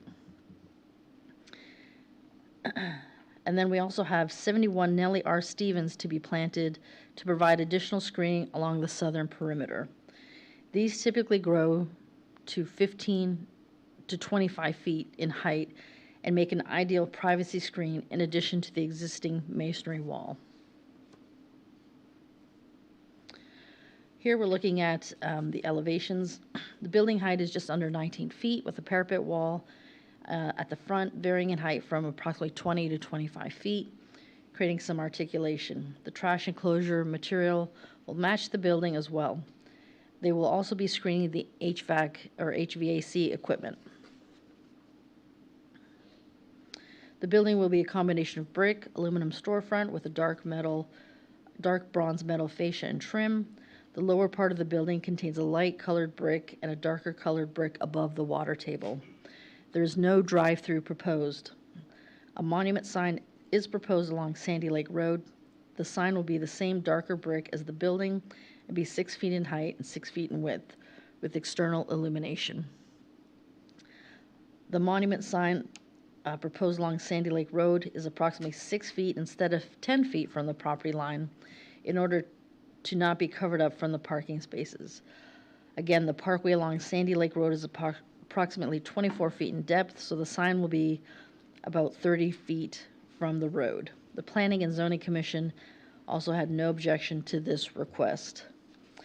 There's no signage presented for the buildings itself, Any proposed signage will need to comply with city requirements. So this is a zoning change request, and we did send out notices. 26 were sent out within 200 feet as required by state law. We received 15 in opposition, 1 in favor. So they have reached the 20% of property ownership in opposition, which means that the vote by city council will need to be a supermajority, with six in favor to approve the item. We sent additional courtesy notices within 800 feet and did receive some opposition, 1 in opposition beyond the 800 feet. The opposition noted was for traffic, loss of green space, quality of life, and noise. So the Planning and Zoning Commission did recommend approval 6-0 of PD 214 R11, subject to the following conditions. 1, that a detailed engineering review will occur at the time of full engineering submittal. 2, to allow for landscaping as shown on the plans. 3, to allow for the monument sign to be constructed as shown on the plans. 4, for the downstream drainage analysis will need to be updated to address staff comments, which they have addressed our concerns. And 5, that all other signage meet city requirements. So that is the end of my presentation. I'd be happy to answer any questions. And we do have 2 other presentations this evening, one by the developer and one by the residents. All right, thank you, Mary. Are there any questions for staff at this time? Seeing none, I would invite the developer to the podium to make any comments or presentation that he would like to make. And if you could please, sir, when you arrive, name and address. Tyler Alley, 952 Bassett Place, Dallas, Texas. Yeah, thanks for hearing us again. I know you got, most of you guys were here last time when we presented. I think Mary covered a lot of this, just again, to show you guys some of the projects that we've done in the past and just give you a sense of what we're looking to build here. You can keep going, Mary. Well, let's skip ahead to the list. So this is our current site plan. Just want to start noting things that I think, you can go back actually, just to note some things that I think are different from the original PD that I think are improvements. So I think the lack of connection to Arbor Manor Drive, I think, is something the residents are definitely in favor of, and definitely an improvement. Getting the access easement to the west wasn't available when this was originally approved, and so we were able to get that access so that you could have the connection to the median, and that would make, I think, traffic flow a lot better and hopefully keep traffic coming in and out from the west side and less so out of the east side. Next slide, please. So as Mary showed, and again, I don't want to repeat too much of what Mary said, but this is what the current landscape plan is. Working with the city, and we were able to increase the buffer from 20 feet to 30 feet. That allowed us to save a lot more trees in the back. And so now we have I think we have quite a bit of landscaping on this property, way above code. Keep going, Mary. And so I think one thing just to point out that in the back of the property, there's 0 trees required back there. We're planning to do 71 trees, and there's also tree mitigation done when the PD was originally done. And so I think both of those are things that aren't necessarily required for a site plan approval, but we thought would be beneficial to the neighbors. Next slide. And so we also have saved 50 plus, I think it's like 55 now. When we came here, when we voted on this last time, we were at 44, but once we were able to move the building up further with the city's help, that created a lot more room to save more trees. And so this was, back in April, we met with the neighbors and they gave us a list of items. I think back then they didn't realize they could, they were trying to compromise. I think now their opinion is more just to say no completely to it. So I don't want to state that these are their current opinions of what they would want. Next slide, I think, is when the list comes up. These are the neighbor requests. These aren't their current opinions of what they would want, but just to make it easier to show what we were trying to achieve. This is kind of a list we were working off of as we redesigned the plan. So I'm going to go through each of these and kind of explain where we were the last city council meeting when you guys voted, and what changes, if any, were made, and then so you can see where we are today as we went through this. So we'll go through these one by one. So previously we were at 20 feet. The residents have requested 40. We were able to work with the city to get 10 more feet by reducing some of the landscaping up front and having more in the back. But and so we maxed out the distance in the back of the property with 30 feet.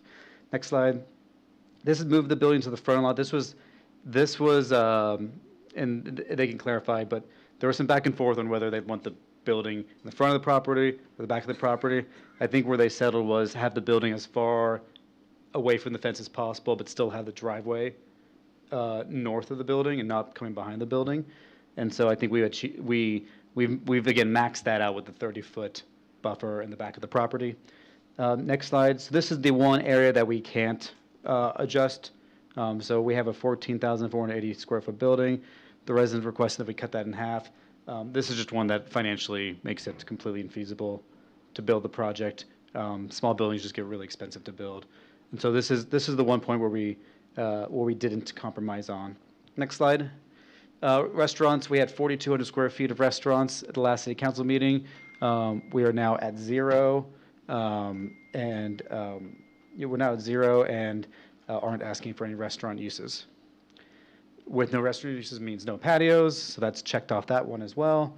No drive-throughs, we were never doing a drive-through, so that was a key point for them, I think. But no drive-through is being requested, no drive-through could be approved unless someone came back in the future to city council. But once this building gets built, it's practically pretty infeasible to add a drive-through later. The eastern end curb cut, so previously we had to put it to the east. We didn't really care where it went, but the fire department was kind of dictating this. We were able to work with them to get this moved further west, as Mary had showed. So at the last city council meeting when you guys voted, it was where the red circle is now. It's further west, just to create more separation. We would move it even further west, to be honest, if we could, but that was the max that the fire department was would allow us, just from a turn radius perspective. Next slide. Oh, no connection to Arbor Manor Drive. So this was a request by them. We never had a connection there, and so that's one that we were able to concede on. And number 9, the wall height. So we previously had no adjustment to the wall. The residents requested that we increase to 3 feet. We're willing to provide, what we said is we can provide $25,000 to HOA. The wall is actually not on the property, and so we don't want to be touching other people's property. But we're happy to contribute to funds to increase that. But with the 30-foot buffer, with the 71 trees that we're adding, with the trees that we're saving, I'm hoping that helps achieve a lot of the concern that they're looking for by having this. Next slide. Tenant restrictions. So we were retail, restaurants, and medical last time. The residents' key request was getting rid of restaurants, and they also asked about like some of the more negative uses like vape stores and things like that. We restricted this to retail, medical. If there is a easy way to restrict, fast cash places, tattoo shops, smoke shops, we're not leasing to those places anyway, so it's an easy thing for us to give.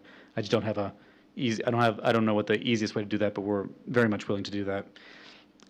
Next slide. And so this shows where we've conceded, where we've compromised. So the blues are 40. We were at 20 feet. They were at 40 feet. We could compromise at 30 feet.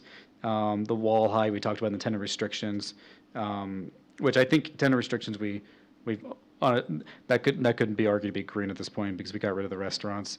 The only 2 things that we couldn't do is reduce the building footprint, and we couldn't eliminate that second entrance.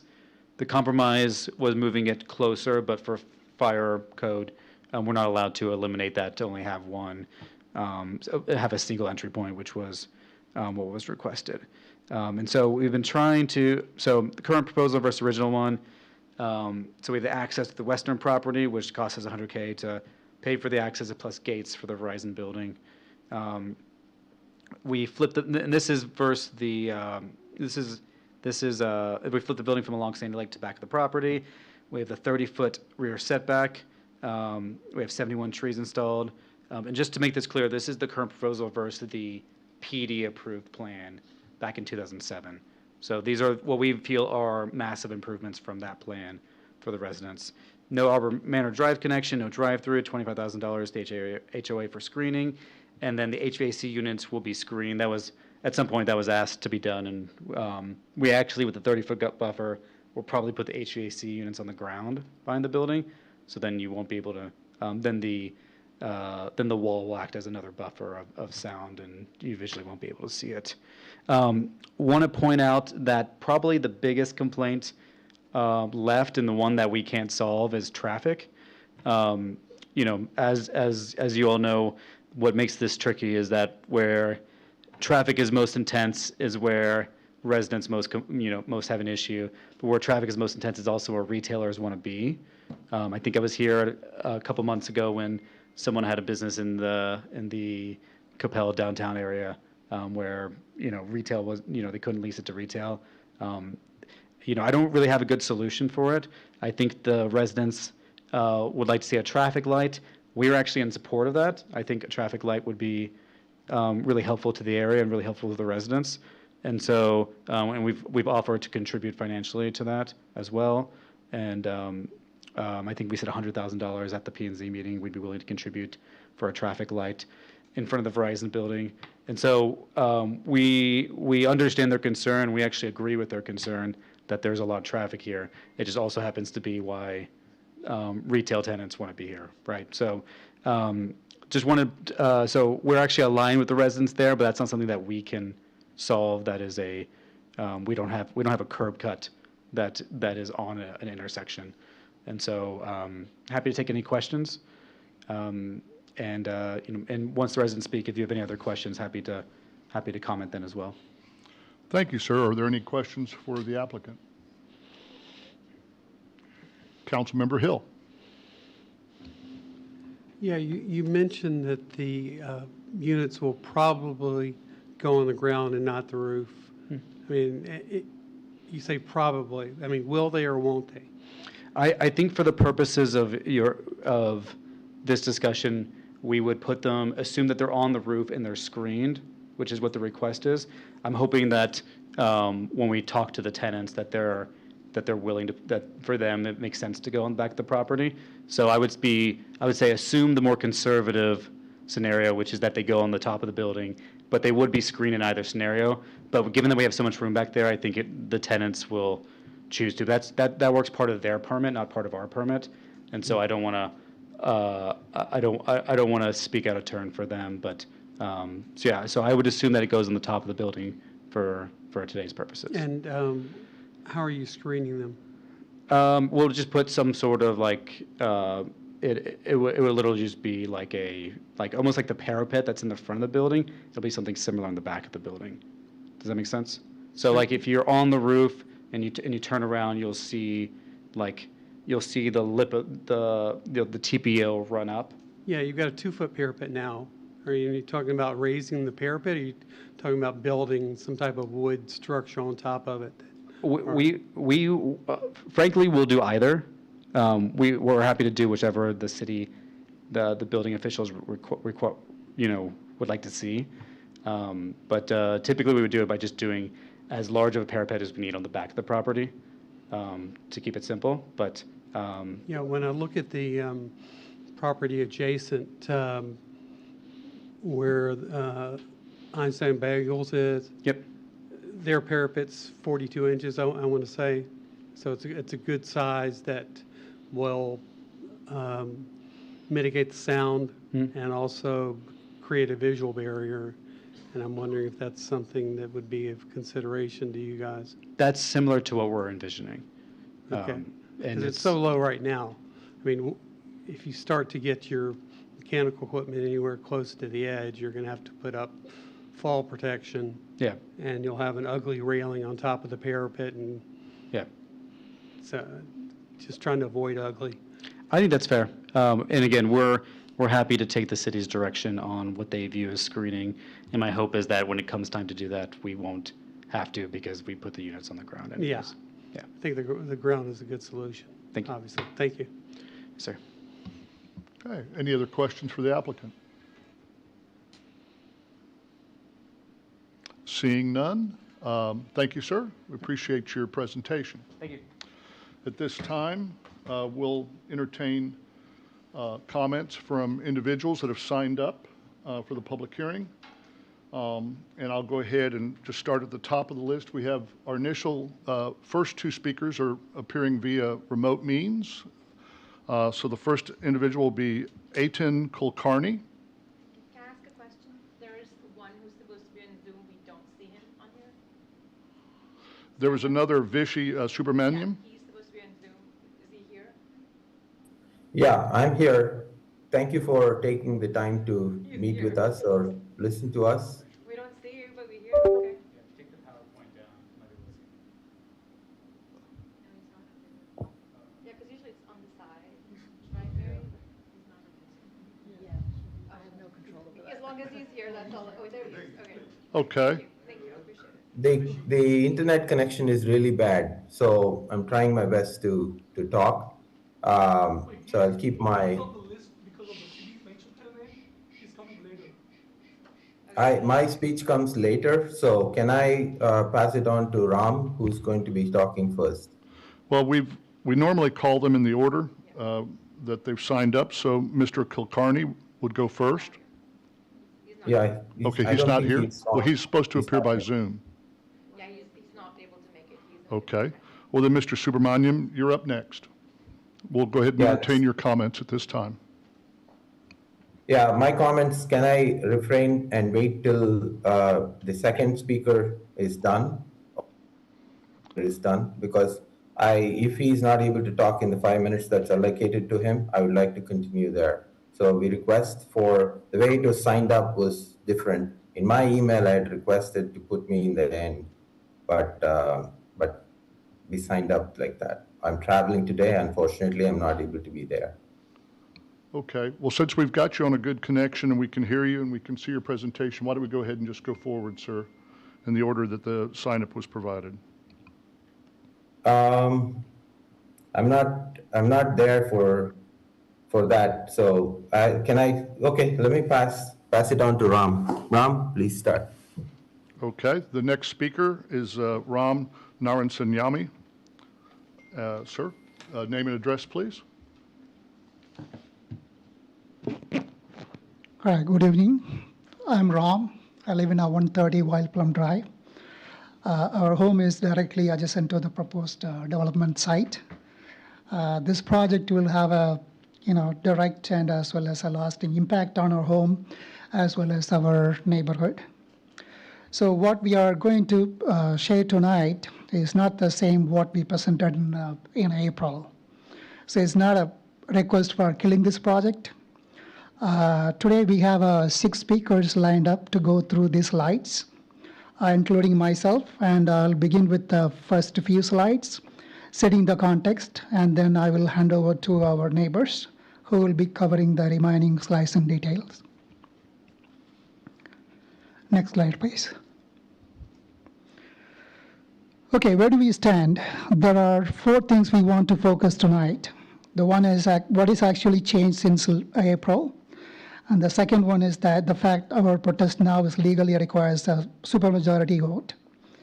And the motion we are asking you to make. And then finally, how the rest of tonight presentation supports the request. Next slide, please. So let me start with what has been resolved. The city has now validated 20% in a protest calculation based on the 200 feet requirement. So that means any approval tonight requires a supermajority. Our stand to be heard is no longer in the question. And the developer agreed, at least in principle, to eliminate a restaurant and patio use from the site. This is kind of meaningful progress. I want to really acknowledge it. So here is what not changed and not being resolved. The city has not provided the residents the requested data from PAR. It was promised at August 11th meeting. And the phase 2 traffic study was not completed when the PNZ voted up to approve this project. The cut through as well as the U-turn traffic at our neighborhood entrance has never been counted by the city. And then signal warrant analysis was conducted at the wrong intersection. So it doesn't reflect or address the actual traffic conditions our neighborhood experiences. So development itself is still a major concern. The building size, setback, and close proximity to our homes have not been adequately addressed. We need to make sure the project fits with our neighborhood and doesn't negatively impact the quality of life of the residents who live next to it. What we are asking tonight is not approve, not deny. Continue this item to a new date until we get all the complete information. And direct the city staff to complete the defensible traffic record. Return with the revised PD reflecting the 6 conditions we laid out. Next slide, please. So the motion specifically asks the staff and the applicant to do 4 things. The first one is complete the phase 2 traffic analysis with the multi-day counts and the future year projection. The signal warrant in the correct intersection. The independent peer review from the qualified traffic engineering firm. And the revised plan reflecting 6 conditions the neighborhood is putting forward tonight. Next slide, please. So these are the 6 specific conditions. I don't want to go through the individual. It's going to be, because of the time limit. So these 6 conditions are specific, reasonable, and actionable. Each one is grounded in adopted city code, established a standard practice, or the city's own Vision 2040 plan. Our neighbor are going to take you through the traffic record and cut through data, and as well as a revised design in the next 15 minutes, starting with the city-owned traffic engineer actually found. So I will turn over to our next speaker, who is going to lead the traffic record. Thank you. Okay, our next speaker is signed up as Debashish Mukherjee. Please, sir, name and address. Hi, this is Debashish Mukherjee, 148 Amberwood Drive, Coppell, Texas, in the Urban Manners neighborhood. So I want to start off by saying that, my focus is on the traffic record, the scope of the Lee engineering study, what it actually found, where it falls short, and what the traffic record does not support, why the traffic record doesn't support the approval for the August 25th, which is today. Next slide, please. So what the study did was essentially, to take the, the study was supposed to take, was to be conducted on the Denton Tap as well as the Sandy Lake intersection. The type of study was commissioned for signal warrant analysis, and then the data was collected, but it was only done for a 24-hour period. It was done on May 13th, so that was the current analysis. What it didn't do was it did not perform a TIA analysis to the ITE standards. It was not multi-day. It's required to be at least for a couple of days and a weekend. So it wasn't made for a longer period of time, and it wasn't done for the build that it was being done for. So obviously it was short. It was done in a short period of time. No independent peer review, that was already mentioned before. The signal warrant was done for Braywood, but not for Sandy Lake. So it wasn't complete. So that's the phase 2 report that we're just trying to get from you. Next slide, please. So what the city's own study actually found is there are tremendous level of service delays on Braywood as well as Denton Tap. The backup on Sandy Lake is more than 442 feet, which goes way beyond our entrance. We've had numerous crashes. We've had problems with sight distance. We've had overall 53 crashes, in the 2020 to 2025 period. And there are no conditions that were put in place, on the P&Z approval in terms of, whether it was engineering, signage, all those things were done, but nothing for, the U-turn, the resolutions of queue. So, those were things that, we're raising in this presentation. Next slide, please. Where it falls short, I've already mentioned this, so just a one-day count, that's not enough. The cut-through scope was too narrow. We have a tremendous amount of bypass traffic that kind of comes into our neighborhood. That was not considered. No trip generation table was in place. The projected TIA threshold was not published. Phase 2 was not finalized. Level of service, was reframed as acceptable. Signal warrant stops too early. So we had a lot of shortcomings that we discovered, which we felt was falling short of the TIA practice. The next slide, please. Now, this is where we want to actually do the show and tell, and I would like for Vishy, if he can, to take my 5 minutes. I have a minute and a half left about, but if Vishy can step in here, he can take the 5 minutes and we can actually show the videos and the images in the next 2 or 3 slides, if that's acceptable. If you're concluded with your remarks, sir, then we can move on to him. Yes, thank you. Thank you. All right. The next person we'll call is Vishy Subramaniam. Thank Please, you. sir, name and address. Vishy Subramaniam, 126 Wild Plum Drive, Coppell. My house is directly behind this PD. And thanks for taking the time thanks for being flexible enough to give us the time. I'll request Mary to hover over the first picture on the left, and I think that is a playable video.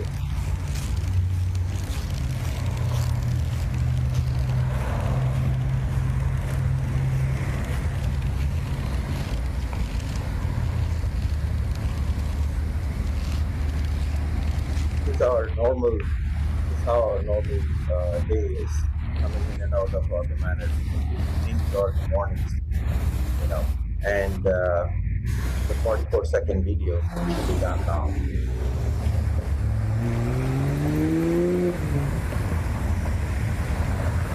And this PD is only going to make this thing worse.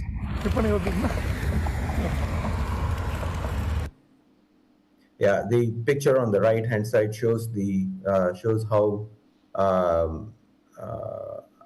how crazy the intersection is. That's an accident that took place, and it has not been fixed for at least a couple of months now. It's been a long time. Next slide, please. So this is a picture that has been taken on April 8th, 2026 at around 6 p.m. You can see that we are standing at the intersection of Arbor Manors and Sandy Lake Road. If you take the first picture on your left, you can see the traffic lined up all the way from our Arbor Manors Drive to Sandy Lake, to Denton Tap, actually, sorry. This is the picture on the left. And if you look at the picture on the right, you can see it's going all the way back to the Verizon building, if not farther away from there. So your 200-foot cut through is probably going to be coming right in the middle there, in between all those cars. So that's how this traffic is going to be once this. It's only going to make the already existing bad traffic worse. Next slide, please.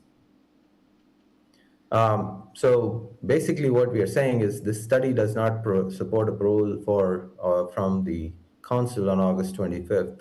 Basically, we are saying that you postpone the action for this to a later date until the phase 2 report is done per the standard that is prescribed by the ITE and the TMU TCD normal traffic study process that's going for a development like this. We do require a supplemental traffic study, basically for 3 midweeks and 3 midweek traffic counts and a Saturday count.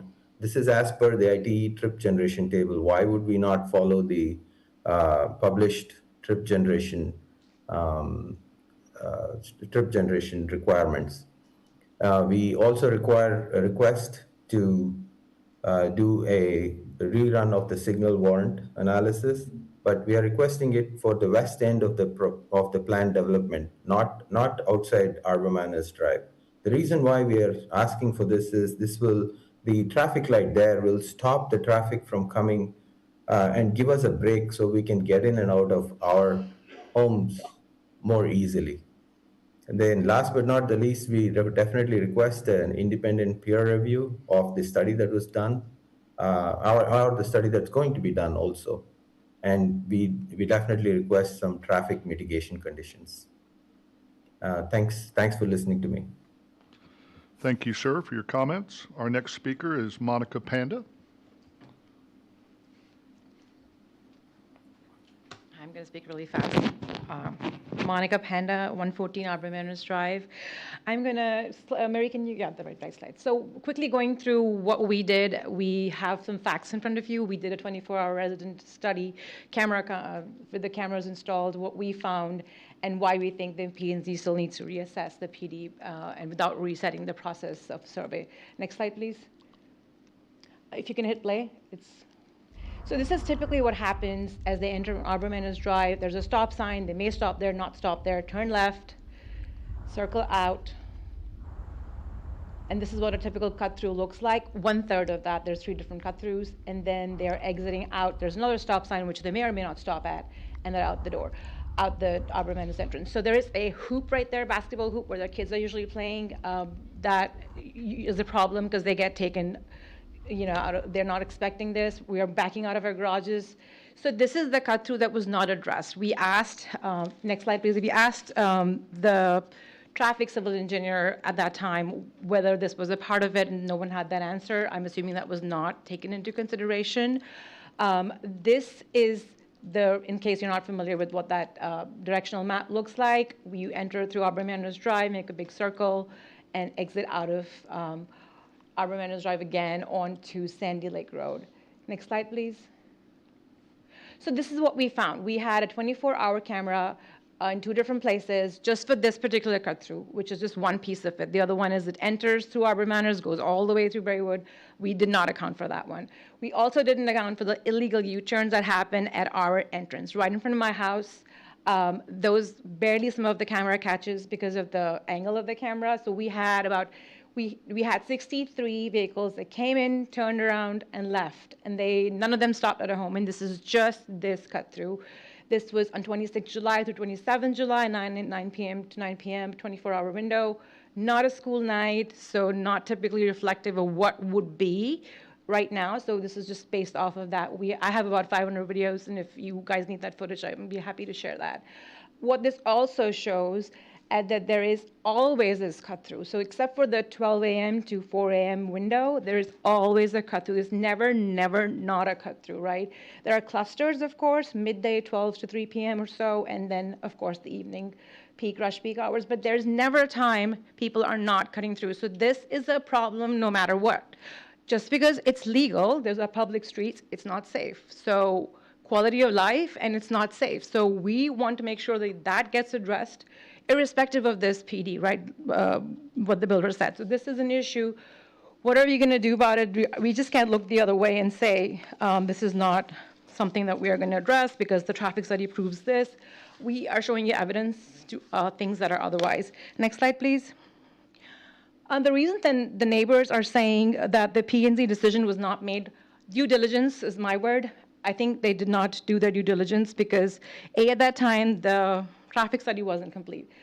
Our questions, these were P&Z questions, we're not allowed to ask any questions, on the timeline were very vague and not answered correctly. There were no firm dates given. It kept shifting under questioning. Didn't inspire a lot of confidence in us. Cut-through traffic was never defined. Like I said, there's 3 cut-through traffics, the U-turns, the cul-de-sac, and then the actual Braywood exit, which the city did not take into account. The crash data was filtered to fatalities only. So my response to that is really, So a crash is a crash is a crash. So it compromises the quality of life.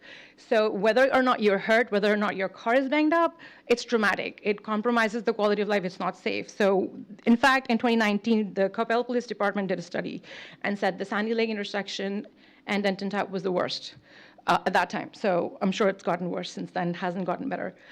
The signal they looked at was the wrong intersection. It was not the State Farm Verizon that we are referring to. So again, that was not taken into consideration. And finally, there's pictures that we showed of these traffic backups that you've also seen, different days, were waved off, and we were told it's a one-off. Not a one-off. We've proved it how, because we live here and we've showed you pictures. And again, we have footage that we can provide to you guys as evidence. So I would request that we've hired consultants, we've hired experts, and this is not just us speaking. We have done our due diligence, and we want you to do the same, and I hope you will do that, because I guess we're all on the same team. We still want Coppell to be progressive, to have a good quality of life, and to be a safe environment in a city. So that is the underlying request that we are making here. Thank you.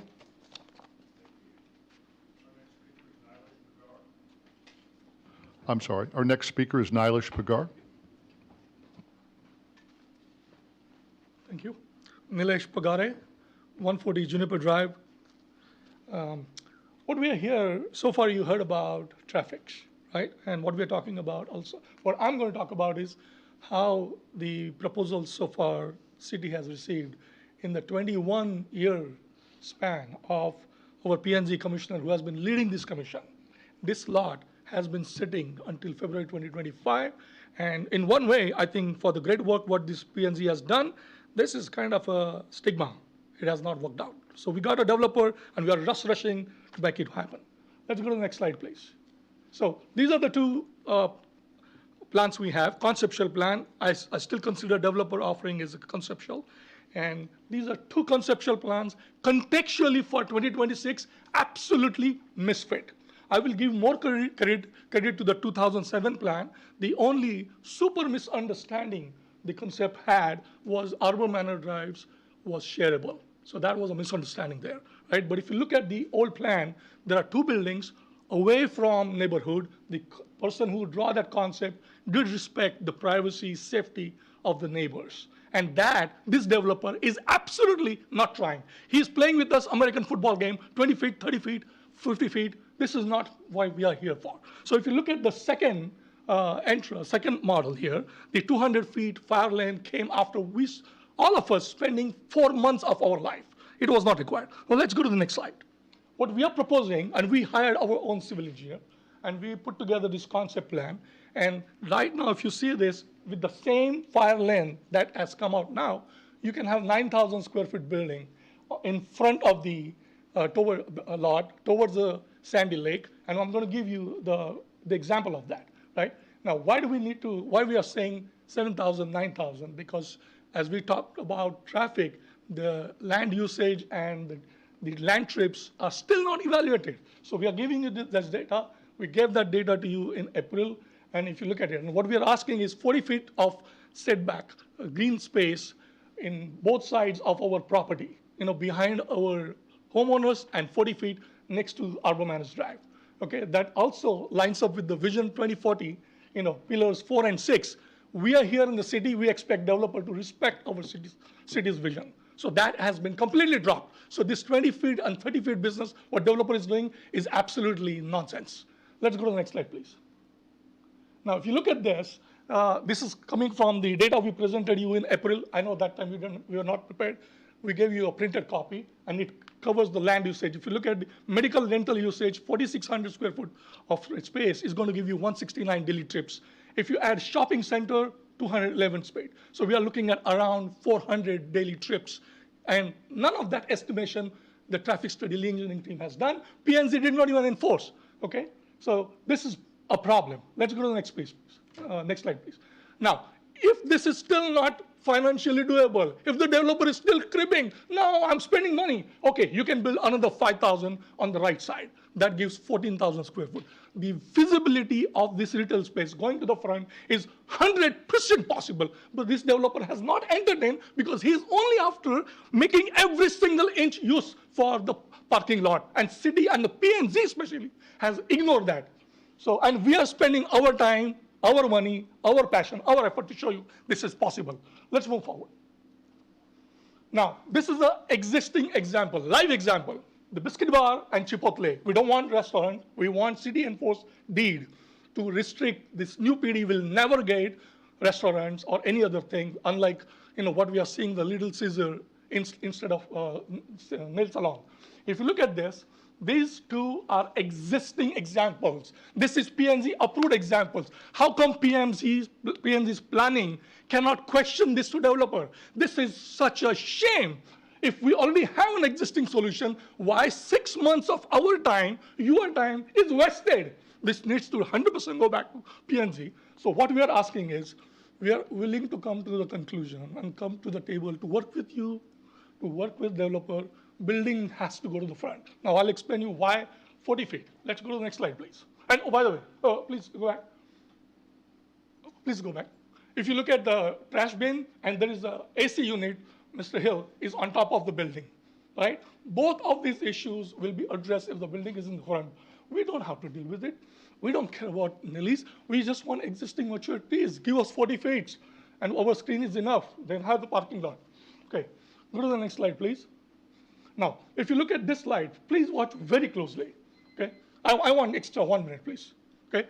The top building is, top picture is behind the McDonald's, and if you can see, it is 20 feet, no privacy from that wall, okay? And the bottom one is the lights behind the building, which is right next to the Monica's house. Do you want this 15,000 square building next to our homes and having all those lights? So we request you to hold on from your decision making. We are willing to support this PD. Let's move the building to the front. Thank you. Thank you for your comment, sir.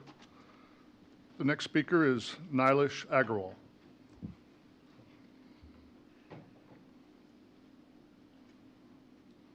Name and address, please, sir. Good afternoon, good evening. Nilesh Agrawal, 117 Wild Plum Drive, Coppell, Texas. So what I will be sharing is the community feedback that we received from the surveys that came out. So mainly the surveys were sent to, or the surveys we put summary of is from the Arbor Manors community, the Shady Lane community, and then 2 more communities, and finally we got a response from the State Farm business as well. Next slide, please. Yes. So if you see the survey, I won't go into every single detail, but the main issue that came out from almost every single resident is increased traffic. So that is the number 1 top issue that came up. You will see, like Monica and everybody else discussed about the drive-through and the U-turn. So 113 Wild Plum Drive resident actually did report that a car that was in front of their house got hit by one of the cars that was doing a U-turn from the community. So it is an hazard as well when more traffic is coming through the community and taking a U-turn like it was shown. So few more responses came in terms of the deed restriction as it was discussed to make sure that the restaurants, tobacco, vape, smoke, or liquor stores or any adult stores are not permitted. The second one is the pollution. So noise pollution, light pollution. Mr. Hill, you talked about the AC units coming down. So if the AC units are towards the back of the building, and if there is only a 30 feet difference between the house residents and the building, then we will start hearing the AC noises as well. I think 14,480 square feet will cause way more noise, light, as well as traffic pollution. So 9,000 square feet is a much reasonable give and take from the residents for the developer for this kind of a community as well, or development as well. If you go to the next slide. So this is from the Georgian Drive community as well as the Vinpage community. Again, same thing, noise, safety issues, traffic issues, and dumpster and other issues as well. So 3 main topics: traffic, pollution, and safety. Those were the 3 main things that came out. So thank you for your time. Thank you for your comments, sir. The final speaker that we have signed up is Shanti Subramaniam. Good evening, ma'am. Name and address, please. Hi, I'm Shanti Subramaniam, and I'm at 126 Wild Plum Drive. So today, you've heard from so many of our residents and community members, and given all of the information that you have, and the fact that we need more research done, more analysis, we're asking to delay your final decision and approval to first get all of those things done, and it helps all stakeholders to be more comfortable with the decision that's being made. And we understand the developer has, worked with us, and we're asking for some more in order to make things good for the residents by moving the building forward, having the traffic study, analyzing, and part of the traffic study is to understand the fact that more and more traffic means more cut-throughs, reduced safety issues for more accidents that could happen. And I think the developer has also agreed with that. The reason that they want a development there is because it's going to bring, they already have a lot of traffic, and it's going to bring more traffic. So in the end, the traffic study and all of that is mainly because we want a traffic light. We want the building to the front. We want to see if we can reduce the building footprint. We want to make sure that we can enforce the use restrictions. I know that right now you're restricting it, but if we don't pay attention to what every agenda at the city, I don't want to suddenly find out that this has gotten approved and changed. So can we have something more concrete to enforce the use restrictions? And then finally, I know that the wall that's currently there is on our property. It belongs to the HOA, but we really need something higher to increase privacy. And if we can have a wall, we need to reduce also the lighting and the light pollution that will come from those things. You can see how those lights are very, very bright. In fact, from my house, I can see this lights from Sprouts way across on the other side. And that, we don't want so much bright lights. And we want any cameras that are put in for safety and so on to be restricted so that we don't have our privacy taken away. So we're asking the council, if you can go to the next slide, please. So I think by taking time, it helps the city council to have very complete information before making a vote. And as you can see, we have all of this other information on there, but I think the main thing is you will be more comfortable having all of the information for you to make the right decision. City staff gets more time to adjust, to run the required analysis, to do the signal warrant at the right place, not at Braywood when we are at Sandy Lake. We're asking for a peer review just to make sure that this information is thought through well, and somebody else in that industry is able to look at it and give some advice. For the applicant, we recognize, I know we wanted to say no, but there's going to be some development. This has been zoned. We're just asking that if we can work and keep this project going, make the right decision, and see if we can move the building to the front, and keep this PD instead of starting all over again. We're not asking for that. We're saying let's do all of the research, let's make the right decision and protect the neighborhood, protect the privacy, the increased safety for not just our neighborhood, but putting the light there allows for safety for a lot more people, including the other neighborhoods around Georgian Drive, Windpage. Everybody's been saying those are issues. And we believe that doing this analysis, putting the light, moving the building, all of this, and keeping more trees helps to achieve the vision of the city that we all love and want to be residing in. So thank you very much. I think I'm just saying that everything needs time, so please take the time and make the right decision. Thank you. Thank you, ma'am. I'm not sure exactly. Thank you. I'm not sure exactly what happened, but is Aiton Kulkarni available? He didn't show up? Okay. This is a public hearing. Is there anyone else here that would like to speak? All right. Seeing none, this time, are there any questions or comments by members of the council? I see Councilmember Matthew. Thank you, Mayor Pro Tem. Can we go back to the city presentation, please?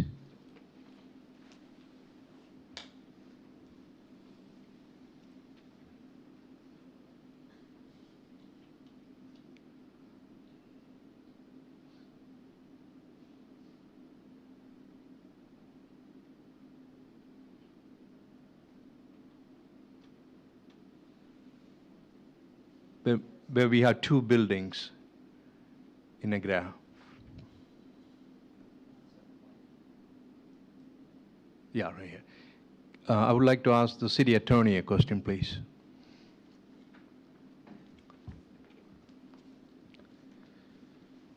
Yes, sir. So the original PD on the left side had two buildings, and today's application is one building.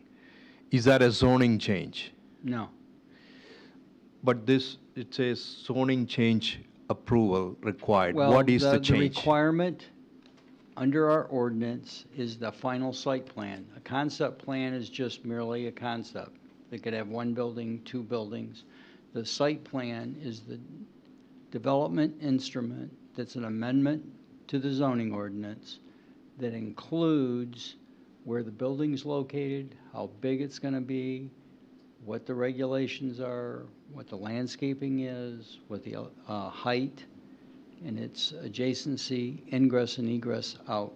Those are the actual planning documents. The concept plan is just merely to show what is possible, not what is necessarily required.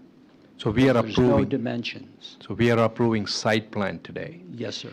Does that require a traffic study? No, sir, not in this case. The uses on the building, generally when we have use, the use dictates the amount of density, the amount of intensity of that use. These uses that are proposed today are the same uses in 2007, so we've always known what those uses were going to be, so that the site plan would not dictate a traffic study if they didn't want any additional uses. Back in March and April, when you first considered it, they added in the restaurant. By doing that, that intensity of use then dictated, would that create more traffic? The current uses doesn't change use, so that traffic analysis would not be appropriate in this case or relevant in making the consideration. I'm not saying that traffic's not an issue at this intersection. I'm just saying it's not relevant to making a decision about where the building's going to go, how high it is, what the landscaping is, what the point of ingress and egress are. Those are the issues that are before you, not necessarily traffic. If this property were agriculture and we were going to put a shopping center in there, then absolutely traffic would be an issue because of that intensity of use of bringing that there, when this has already been set for, almost 20 years. So I just want to restate what I heard from you. Since there is no restaurant and patio, it does not require a traffic analysis study. Or no change in the intensity of the uses that are permitted on the site. Yes, sir. Thank you very much. Are there any other questions or comments, observations? All right, seeing none, this time we're going to bifurcate this. I would call for a motion to close the public hearing. Okay, Councilmember Hill, is there a second? Okay, Councilmember Carroll, all right. Everyone that favors closing the public hearing at this time. Walker, Hinojosa Smith, Carroll, Nevels, Prem Kumar, Matthew, Hill, none opposed, motion carries. Okay. So the next motion that I'll call for is to approve the item that we've been discussing, I guess, the PD 214R11C.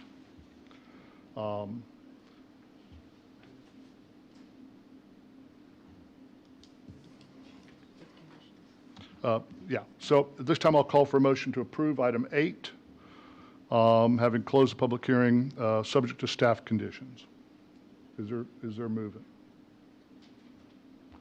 Okay, Councilmember Councilmember Carroll has moved it. Councilmember Neville seconds. Is there any discussion, any comments? Councilmember Premkumar. Thank you, Mayor Pro Tem. My comments are for the residents. I hear your concern, and I've taken this as seriously as if I was living in your neighborhood. And I hope you remember my comments from the last time when we voted on this issue. As I see it, the issue here is the landowner has rights that the city has to honor.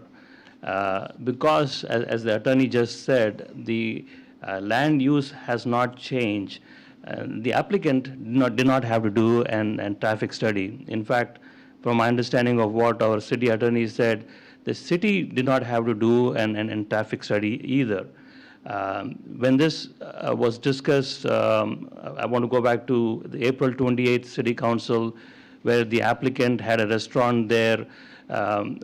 I heard the residents have expressed a lot of concern about the traffic, and out of an abundance of caution, the city went ahead and did this traffic study. And I understand that the study that they have done, the residents are not satisfied with, but keep in mind that it was not a responsibility of the applicant to do it, and as I see it, we can't deny the applicant's application based on the traffic study because we have factored this traffic for its intended use. And like I said, I empathize your concern with the traffic. I live about a quarter mile east on Sandy Lake from your neighborhood, and after Trader Joe's opened, during peak traffic, when I come out of my street and I can only make a right turn because there's a solid median, I sometimes have to wait 3 to 4 minutes for me to be able to merge on to Sandy Lake. It's frustrating for me, and I'm sure it's frustrating for you because you're living it every day. I agree with you that traffic is bad, but the question in front of me is the traffic severe enough that we or someone pays $2 million to the property owner and convert it into a green space? And if we do that, who pays for it? Do we expect the taxpayers to pay for it? And if we do that, are we setting a precedent for any other commercial land that is still undeveloped? Public safety is our council's #1 priority, and based on the traffic study, what we have heard is that as of now, there's not a huge public safety issue right now, but that can always change. And please remember that the traffic is the city's responsibility, not the applicant's responsibility. So in the future, and I'll request the staff to monitor this neighborhood closely, and if there's a need in the future, I would ask the staff to come back and recommend and installing a signal there. So I just want to explain and say that I'm going to vote to approve this motion. I hear you, I understand your concern, but we are tied to following the law. Thank you. Okay, any other comments? Councilmember Matthew. Thank you, Mayor Pro Tem. I just wanted to let the residents know that we looked at the traffic study as well. It is bad at that intersection. At the video that you played, it shows bad traffic at that time. We have to follow some of the rules and regulations that in front of us, especially the zoning change request and the land use that the attorney just mentioned. So with that, I am going to be approving this motion. Any other comments? Okay, well then I'll go ahead and, okay. Councilmember Hinojosa Smith. I just want to say thank you. I know that this has taken up a lot of time, a lot of your time, a lot of your energy, a lot of emotion. And please know that your comments are heard, and we understand the concerns. As my fellow council member mentioned, I know that area is busy. We have several of those, I would call them kind of hot spots in the area, and I know that we're always looking for how we can continue to maintain and keep public safety at our as a priority. Again, kind of as my fellow council members mentioned as well, right? We also have to be mindful of what is in front of us and what we can and can't do from a standpoint of allowing the land use to move forward. So again, I just wanted to say that I do appreciate it. I know a lot of time has been put into it, and your comments have been heard. Okay. Any other comments? All right. I just want to say a couple things. There was an article in the Rambler, and I'm not going to say who said it. It doesn't matter, but the statement was made that no one has taken even a minute to sit down with the homeowners and try to understand what's bothering them. But of course, all it took to get me to meet y'all was a single email from Monica. And it's because you're homeowners, you love your homes, you love your community, and I was happy to meet with you. And frankly, if we started all this over again tomorrow, I'd meet with you again. You were professional, you were kind, you were very gracious, and I thought it was a very constructive meeting. I think we met for about 2 hours.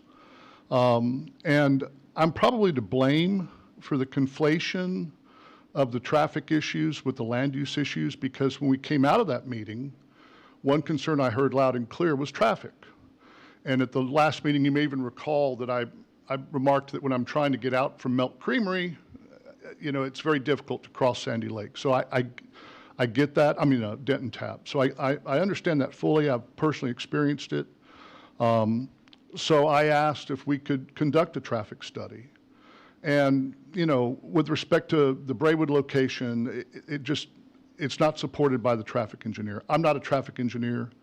That is a company that we use. They're highly competent, highly professional organization.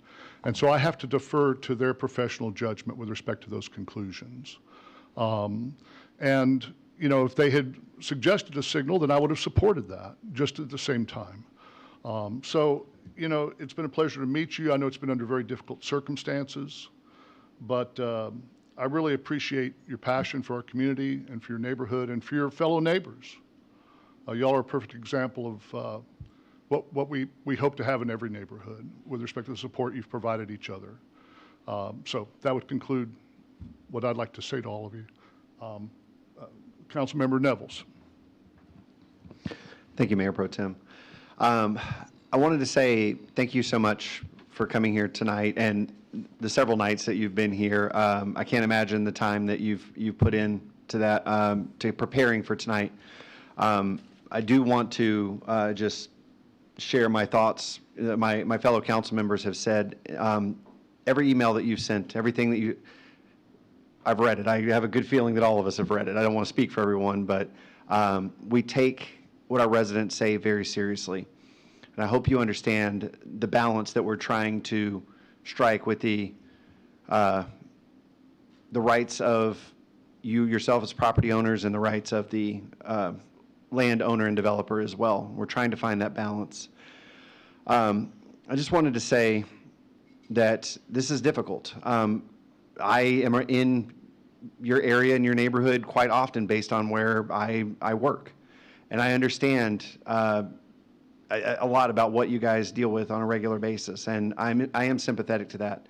I do agree with my fellow council members that said that this isn't just when you walk out of the room, we forget everything that was said. I want to make sure that you guys know we will still monitor, we're still going to look, we're still going to see if future justifications are necessary moving forward, because we want our city to be safe. And I don't want you guys to think that if this is approved, that we're saying that we don't care about safety, because we do. we have a zoning issue, and we have, those issues are separate from traffic issues, and we will look at them separately. So I just don't want you to believe that your concerns have fallen on deaf ears. I know that might sound like we're not listening right now in this situation, but I promise you, everyone here, we live in this community, we share very similar belief systems about why we live here. And the safety of our residents is paramount based on what we do and, with our public safety policies and things like that. So I just don't want you guys to think that your concerns have fallen on deaf ears tonight. But just want to say thank you for your hard work. I will comment that I believe the developer has shown more flexibility about trying to find accommodations than any other developer in my 5 years on city council. So I know it may seem like, that the walls are still being put up. I really appreciate the efforts, because there's a lot of people that wouldn't go through the effort to try to make the accommodations that you've done. And again, I want to thank you for listening to residents. You're doing what we try to do, and listen and try to be as accommodating as possible. But at the end of the day, I understand that it's a deal. You got to make money. There's that economic component to it. So I at least appreciate you taking time to meet with the residents, listen, and try to make adjustments to try to make it as accommodating as possible. So thank you for everyone for your efforts and your hard work throughout this whole process. It is noted and appreciated. Okay, any other comments, or Councilmember Hill? Yeah, I just wanted to say to everyone in the adjacent neighborhood, we had that long discussion, and I heard what you said, and I understand your concerns. If we approve this zoning case, that doesn't mean that these existing traffic issues are forgotten and have gone away. I think as the development comes online, we start to see potentially maybe more issues, maybe not. We can look at those intersections at Braywood and right there at Verizon and see if there are some better solutions, because there just has to be. And I know our city staff has a great deal of talent and can, help us get through the issues that we're facing there. With the cut-throughs and the U-turns, maybe a light is warranted further down away from Braywood in the future, because that would definitely give some breathing space. But know that all your concerns haven't fallen on deaf ears. I appreciate the time I spent with you, and all the feedback that each and every one gave me. But I'm going to have to vote on the zoning case, yes. Thanks. Okay, any other comments? All right, at this time, I would go ahead and call for a vote on item 8, subject to staff conditions, as the motion's been made. All those in favor? Walker, Hinojosa Smith, Carroll, Nevels, Prem Kumar, Matthew, Hill, none opposed, motion carries. Okay, thank you, and thank you to everyone that participated.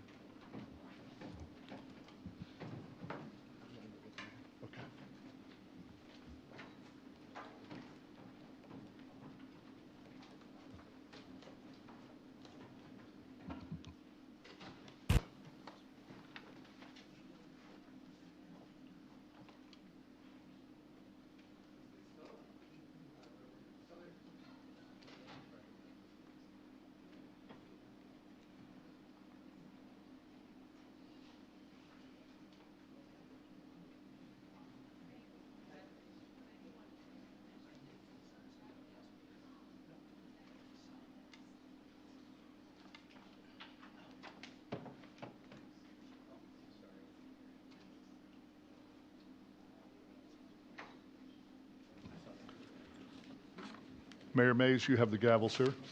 Yes, I do. Thank you very much. Item number 9 is a public hearing, so I'll open the public hearing and ask Ms. Mindy Hurley to come forward and read the item into the record. All right. Hold a public hearing and consider adoption of an ordinance of the City Council of the City of Coppell, Texas, establishing the city's participation in the Texas Enterprise Zone program pursuant to the Texas Enterprise Zone Act, Chapter 2303, Texas Government Code as revised, identifying available tax incentives, designating a liaison for communication with interested parties, and nominating Dave & Buster's 1 LP located at 1221 South Beltline Road, Coppell, Texas, to the Office of the Governor, Economic Development and Tourism through an Economic Development Bank as a Texas Enterprise Zone project, providing for an effective date and authorizing the mayor to sign. Good evening, Mayor and Council. Tonight, we are holding a public hearing and considering the adoption of an ordinance for the city to participate in the Texas Enterprise Zone program and to nominate one of Coppell's businesses for the Texas Enterprise Zone program. The Texas Enterprise Zone program is an incentive offered by the state of Texas through the Office of the Governor. This incentive is designed to encourage the creation of capital investment and job creation and/or retention. The incentive is a rebate of the state's portion of sales and use tax on qualified expenditures. The duration of the incentive can be awarded for anywhere from 1 to 5 years. To be eligible for the incentive, the business must be nominated by the municipality, must have a minimum of $40,000 in capital investment, must create or retain jobs, a percentage of which must be held by individuals that are economically disadvantaged, veterans, or residents of the enterprise zone, and must maintain the jobs for the duration of the designation period or at least 3 years after the date on which the tax benefit is received. The city's only role is to hold a public hearing and adopt an ordinance nominating a business for the program. The city does not control any of the criteria for the award. Dave & Buster's corporate headquarters is located at 1221 South Beltline Road here in Coppell. This is a map to show you visually where they are located here in Coppell. If you look at the blue outline parcel, they are in the building that is farthest east and closest to Beltline Road. The legal description for this parcel is Block D, Lot 1R, 2R of the North Lake 635 Business Park, which is 24.437 acres in size. Dave & Buster's has requested the city to hold a public hearing and pass an ordinance to nominate them for the Texas Enterprise Zone program. Dave & Buster's is investing $8 million to modernize and enhance their corporate headquarters and business operations over the next 5 years. They will be adding 10 jobs for a total of 297 full-time employees. There is no impact to the city's finances. The city's not being asked for any additional incentives.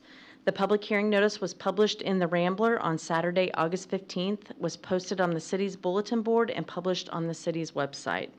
This public hearing and passing this ordinance satisfies all of the city's requirements for the city's participation in the Texas Enterprise Zone program and for this nomination from the city.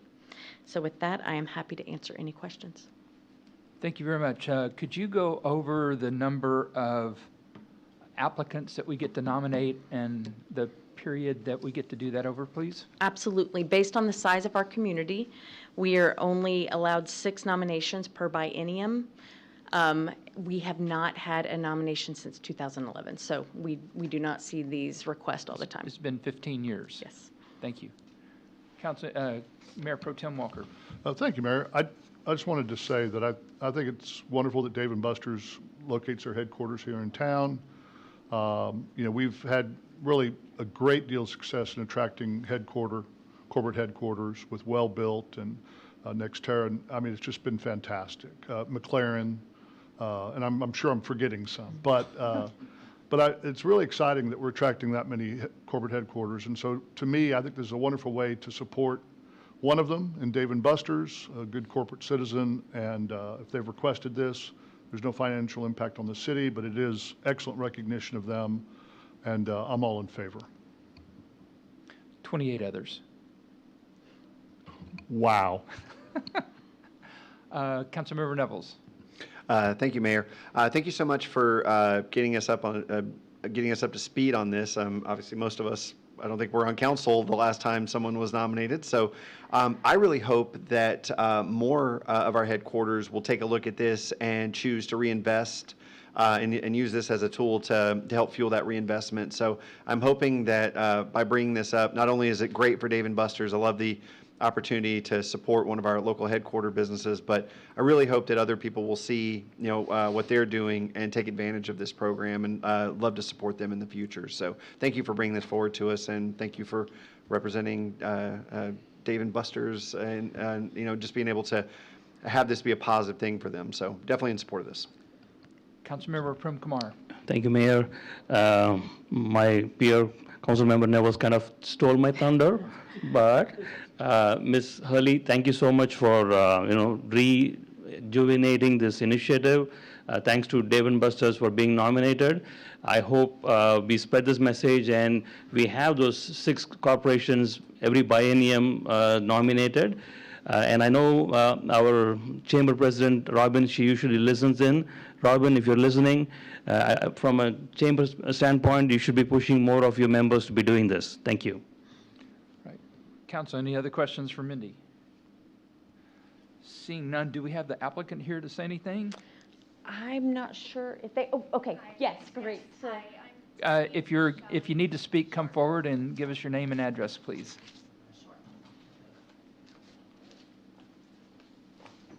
I've just been chastised for catching you off guard, so I apologize. Oh, that's fine. Tiffany Michelli. I'm a vice president of tax for Dave & Buster's, and my residence address is 4540 Paint Rock Drive, Prosper, Texas, but my business address is 1221 South Beltline Road.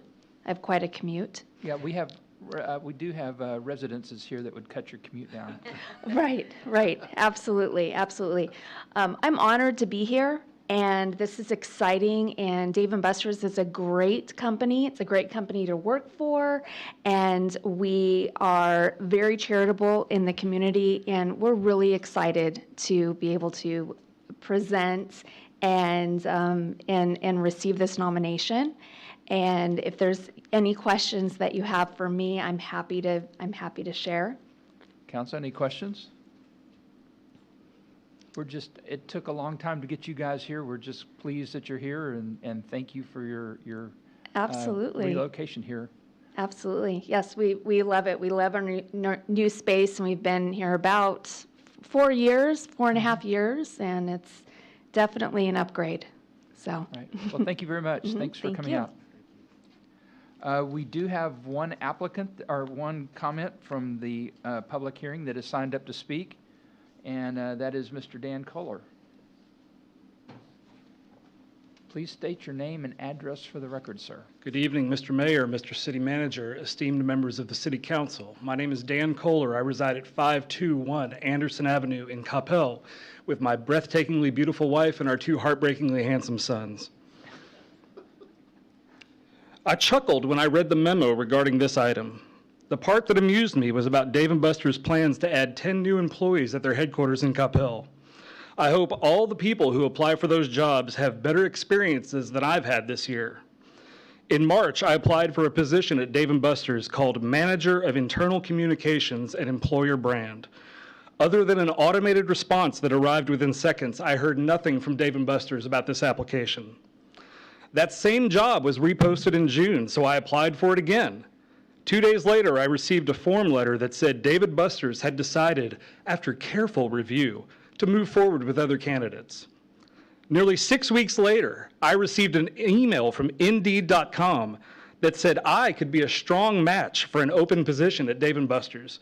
That position, Manager of Internal Communications and Employer Brand, the same job I had already applied for twice. At that point, I asked my Facebook friends if I knew anybody who knows anybody that works at the Dave & Buster's headquarters. 2 of my friends told me about a Coppell resident who's there in an HR capacity, and one of them gave me her work email address, which allowed me to forward the message from Indeed and reiterate my interest. So far, no response. So, council members, I strongly encourage you to approve this ordinance, which would allow the city to provide Dave & Buster's with tax abatements, tax deferrals, tax incentives, and tax refunds. Because if the city does provide any of these benefits to Dave & Buster's, that would give me an opportunity to go over any such agreement with a fine-tooth comb, despite my lack of hair, and publish an excruciatingly detailed report. I vow to obsessively scrutinize any such a deal. Obviously, I can't make Dave & Buster's hire me, but I can absolutely make Dave & Buster's wish they had hired me. Thank you for your time and attention. Thank you for your comments tonight. Councilmember Prem Kumar. Thank you, Mayor. I have a question for Ms. Hurley. Ms. Hurley, from your internal presentation, my understanding is any of the incentives that Dave & Buster's would get is from state or federal and not the city, correct? That is correct. So this incentive that they are applying for is a rebate of the state's portion of sales and use tax. In the ordinance, it does list potential incentives that the city offers to businesses, but they have not requested those from the city. Thank you for your clarification. Yes. Okay, do we have any other comments from the council or questions? Seeing none, I will accept a motion. Mayor Pro Tem Walker. Thank you, Mayor. I'll go ahead and close the public hearing and move to approve item 9 as stated. Thank you very much. Do I have a second by Councilmember Nevels? All in favor? Walker, Carroll, Nevels, Prem Kumar, Matthew, Hill, none opposed, motion carries. Thank you very much. Item number 10 is consider a maximum proposed tax rate of 0.441166 for the 2026. You were late in getting up there, so I have to read all these numbers. Tax year, and to set the public hearings on the budget and proposed tax rate for the regularly scheduled city council meeting on September 8th, 2026 at 7:30 p.m. The taxpayer impact statement from Ms. Kim Tien. Thank you, Mayor and Council. The taxpayer impact statement is required now under the legislation passed last year. This statement shows that the median household income for the 25-26 fiscal year versus the 26-27 fiscal year, it was $585,944. The median household Homestead. Thank you. Taxable value of a homestead is $605,309. The tax bill for this home in the 25-26 fiscal year was $2,607.31. And under the proposed or the maximum tax rate that you're considering tonight, it would be $2,670.42. And so, Mayor and Council, thank you. This agenda item requests Council's consideration of approval of a maximum tax rate for the 26 tax year, which is the 26-27 fiscal year. The item is proposing a maximum tax rate of 0.441166 cents. This is a record vote, which is required by the Texas Tax Code, Section 26.06, regardless of the tax rate being proposed. This record vote is required to be included in the notice of public hearing to vote on the tax rate that is published in our newspaper of record. And that publication must occur at least 5 days prior to the public hearing date. The notices will be published on August 29th in the Rambler, and we also publish it in the Gazette on August 28th. The public hearing and the meeting to adopt both the budget and the tax rate is scheduled for September 8th of 2026. This item is not a vote on the tax rate or a vote to adopt the tax rate. It is only a vote to publicize the tax rate will not exceed 0.441166 cents. And with that, I'm happy to answer any questions. Thank you very much. Council, any questions for Ms. Tien? Councilmember Carroll. I was going to make a motion. That's fine. Okay. I would move to approve item number 10. Thank you very much. Do I have a second by Councilmember Hill? I have comments. Councilmember Matthew. Thank you, Mayor. The maximum proposed tax rate of 0.441166 includes a 6.75 increase in the net operating budget, while the net revenues are projected to increase by only 4.01 compared to the previous fiscal year. We are a city that encourages the health and wellness of our residents, and our residents may membership fees due to this facility at the core location. Many working families, parents, and young people rely on evening hours to exercise and participate in the recreational activities. I'm not in favor of reducing the core operating hours from 10 p.m. to 8 p.m. Before reducing the hours and service to our residents, I believe we should look carefully at the overall 6.75 growth in the operating expenditures and identify the opportunities for the savings. With the expenditures growing faster than revenues, we need to prioritize essential services, community facilities, and responsible long-term spending. This maximum proposal is for the draft budget that the staff recommended to the City Council.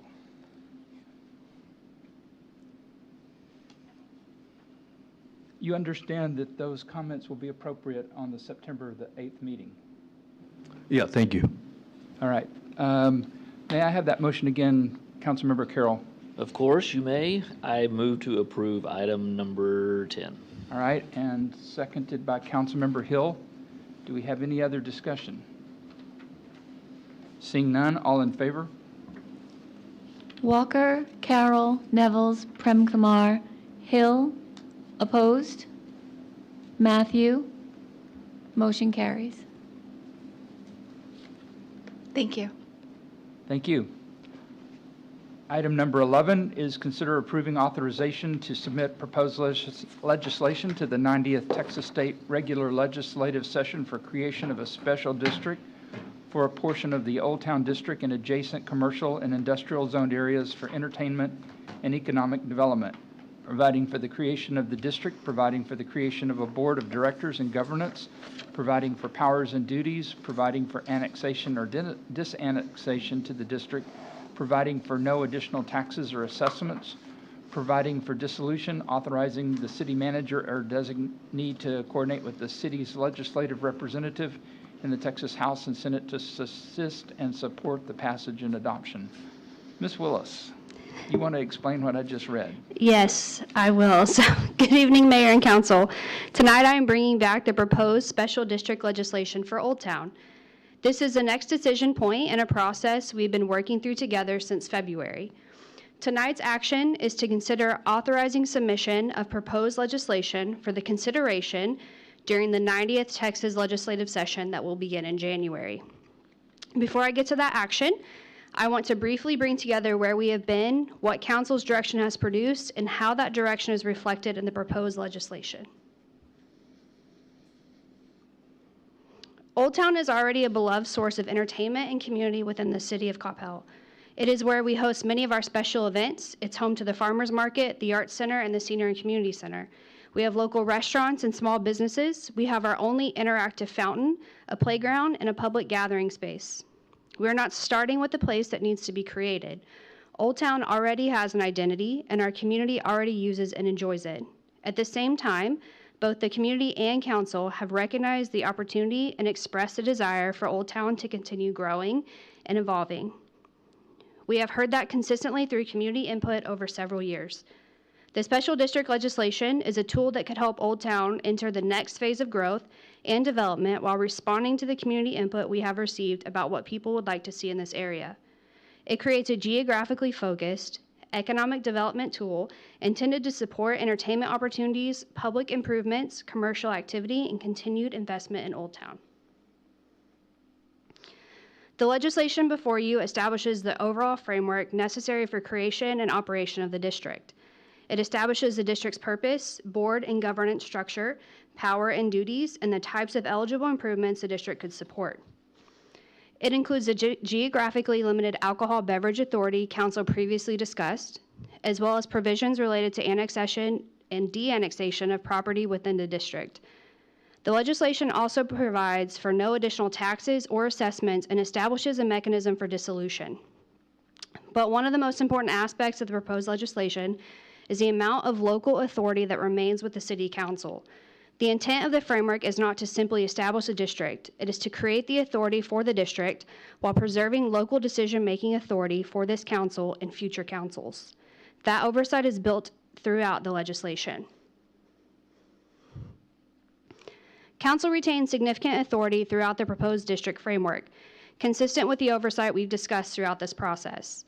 Council remains involved in board appointments and governance and retains final approval over district projects and expenditures, including how they are planned, funded, and carried out. Council also retains the final approval over annexation and de-annexation of property and authority related to the dissolution of the district. That local authority extends to future city councils as well. The framework allows the district to evolve over time through council action rather than requiring the city to return to the Texas legislature as needs change. As we have discussed, the ability for council to modify the permanent board structure and to approve the future annexation and disannexation of property. Ultimately, the framework gives the district the tools to accomplish its purpose while preserving city council authority over the significant decisions about how those tools are used. Council previously provided direction regarding the identity of the district. The proposed legislation establishes the Old Town Entertainment District. The name ties the district directly to Old Town and reflects the purpose established in the legislation.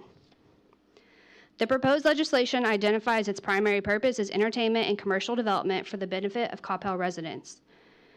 As the legislation was developed from Council's framework direction, there are two areas where what you see tonight differs somewhat from what Council previously reviewed: the geographic boundary and the initial board composition. I will start with the boundary. The proposed legislative boundary is slightly different than the geographical direction Council previously provided. The yellow boundary reflects Council's initial direction, and the red boundary reflects what is proposed in the legislation. During legislative drafting, the boundary had to be established using existing platting property boundaries. In 3 locations, city's initial boundary included only part of an existing plat. Because those plats could not be divided for purposes of establishing the legislative boundary, the entirety of these properties is included in the proposed map. 2 of these areas, which are the 2 on my left, include additional commercial property generally consistent with the property already contemplated for the inclusion in the district. The 3rd is the plat containing the senior and community center. Because that plat cannot be divided for purposes of the district boundary, the entire senior center property is included. I want to emphasize that inclusion in the district does not change the senior center's existing use, ownership, zoning, or operation. Any future change to that property would remain subject to council direction and the normal processes. Including the senior center within the district could provide another mechanism for investing in the facility and potentially offset eligible expenditures that otherwise would be supported by the general fund. The legislation as presented tonight also allows the district boundaries to grow and change with the community over time. It provides mechanisms for annexation and de-annexation, and a proposed boundary change would first require district board action and then final approval by city council. The proposed legislation establishes both the temporary board and initial permanent board structure. During the initial formation, the temporary board consists of the city council and mayor. Its role is to serve during formation and establish the process for selection and appointment of the permanent directors. The proposed initial board has 7 directors serving 2-year terms, 5 city council members, 1 single-family resident, and 1 business property owner. The inclusion of residential representative and a business representative from Old Town was part of the legislative strategy recommended by our legislative consultants, providing stakeholder representation from within the district while maintaining city council representation on the board. Importantly, this is just the initial permanent board structure. The legislation provides a mechanism for that structure to be changed in the future through city council action. So similar to the district boundary, council is establishing a workable initial framework while preserving local flexibility for future councils to adjust the governance structure as the district develops. The proposed legislation also includes the alcohol beverage authority council previously discussed. The authority addresses the sale, consumption, and distribution of alcoholic beverages and is geographically limited to the district boundaries. Businesses remain subject to applicable Texas Alcoholic Beverage Commission licensing requirements.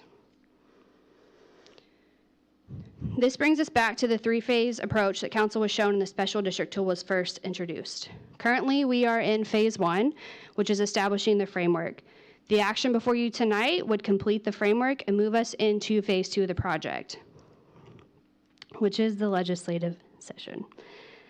This includes all things that come with the legislation, so bill filing, testimony, everything that happens in Austin. Legislative authorization is not guaranteed, and a decision tonight also does not guarantee that that will happen.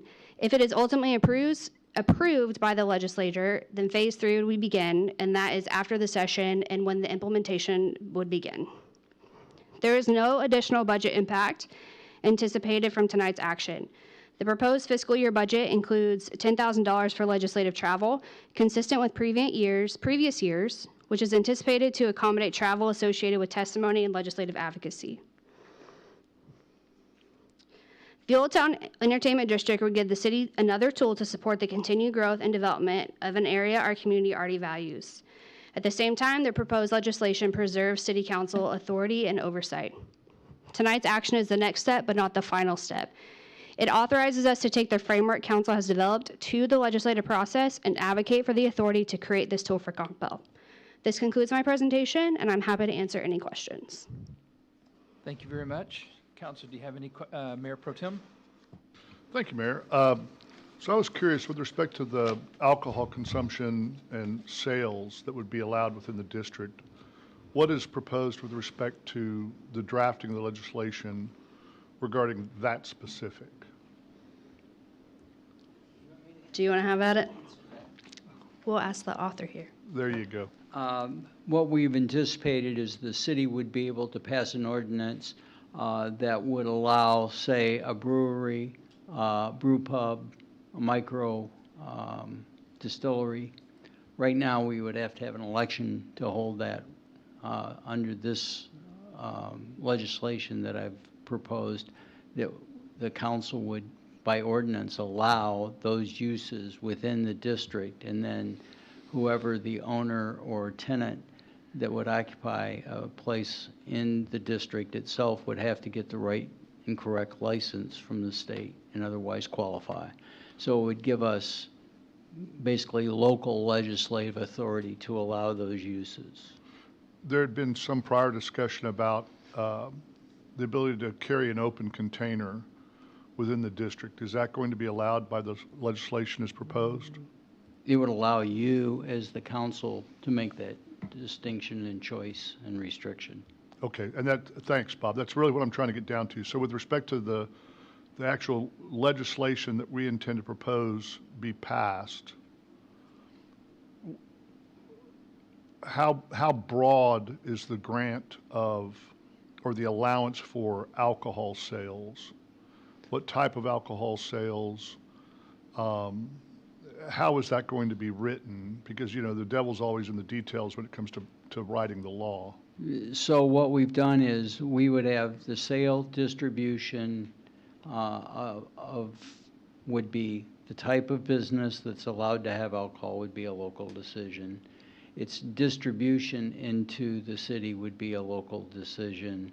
And then the actual consumption of the alcohol, if it was outside the business, open carry. It sounds Open bad. container. Open container issues would all be locally controlled, but the licensing would remain in Austin as far as the things you need to do to get the license.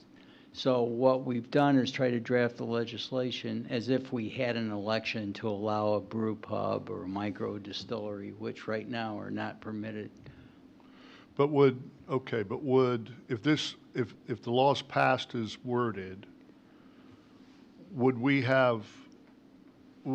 already have allowed a wine bar or a brew pub or a micro distillery, or would that still have to come to council? It'd still have to come to council. Okay, so, and there's no concern that by having a broader swath that references just the sale and distribution and service of alcohol, that would enable any kind of, like a full bar that's less than a, Not without your legislative approval.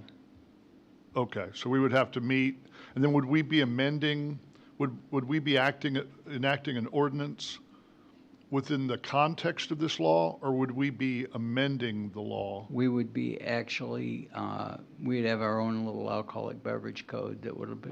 For the allow- district. For the district to allow a brewery, to allow a micro distillery, a wine bar, or a beer garden. Okay, okay, I have some comments, but I can wait till others have asked their question. Thank you. Thank you. Councilmember Prem Kumar. Thank you, Mayor. Callie, earlier you mentioned this $10,000 TNI budget. That is something we would have spent for any legislative year because staff and mayor and council, we regularly go to Austin to lobby for everything that we want. That's got nothing to do with this particular legislation, right? I mean, we are trying to achieve this within that $10,000 budget. Correct. Thank you. Any other questions for Callie? Councilmember Matthew. Thank you, Mayor.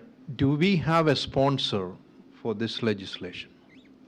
So the next steps after tonight would be to send this to our legislative consultants, and they are working with our representatives and senators, or senator singular. Currently, our representative is up for election this year, so while it is Cassandra Garcia Hernandez right now, that potentially could change, but she is still working with that office and as well as Senator Parker, so they would be our sponsors. You mentioned we have a consultant, so there will be a fee for the consultant.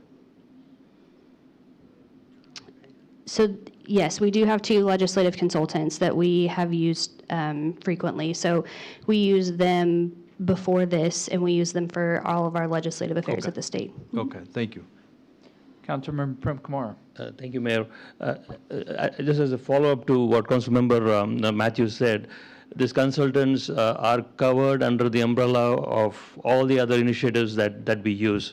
So it's not like we are going to pay them incremental for this particular legislation. Correct. This is included. You met one a couple council meetings ago, Jennifer. Yeah.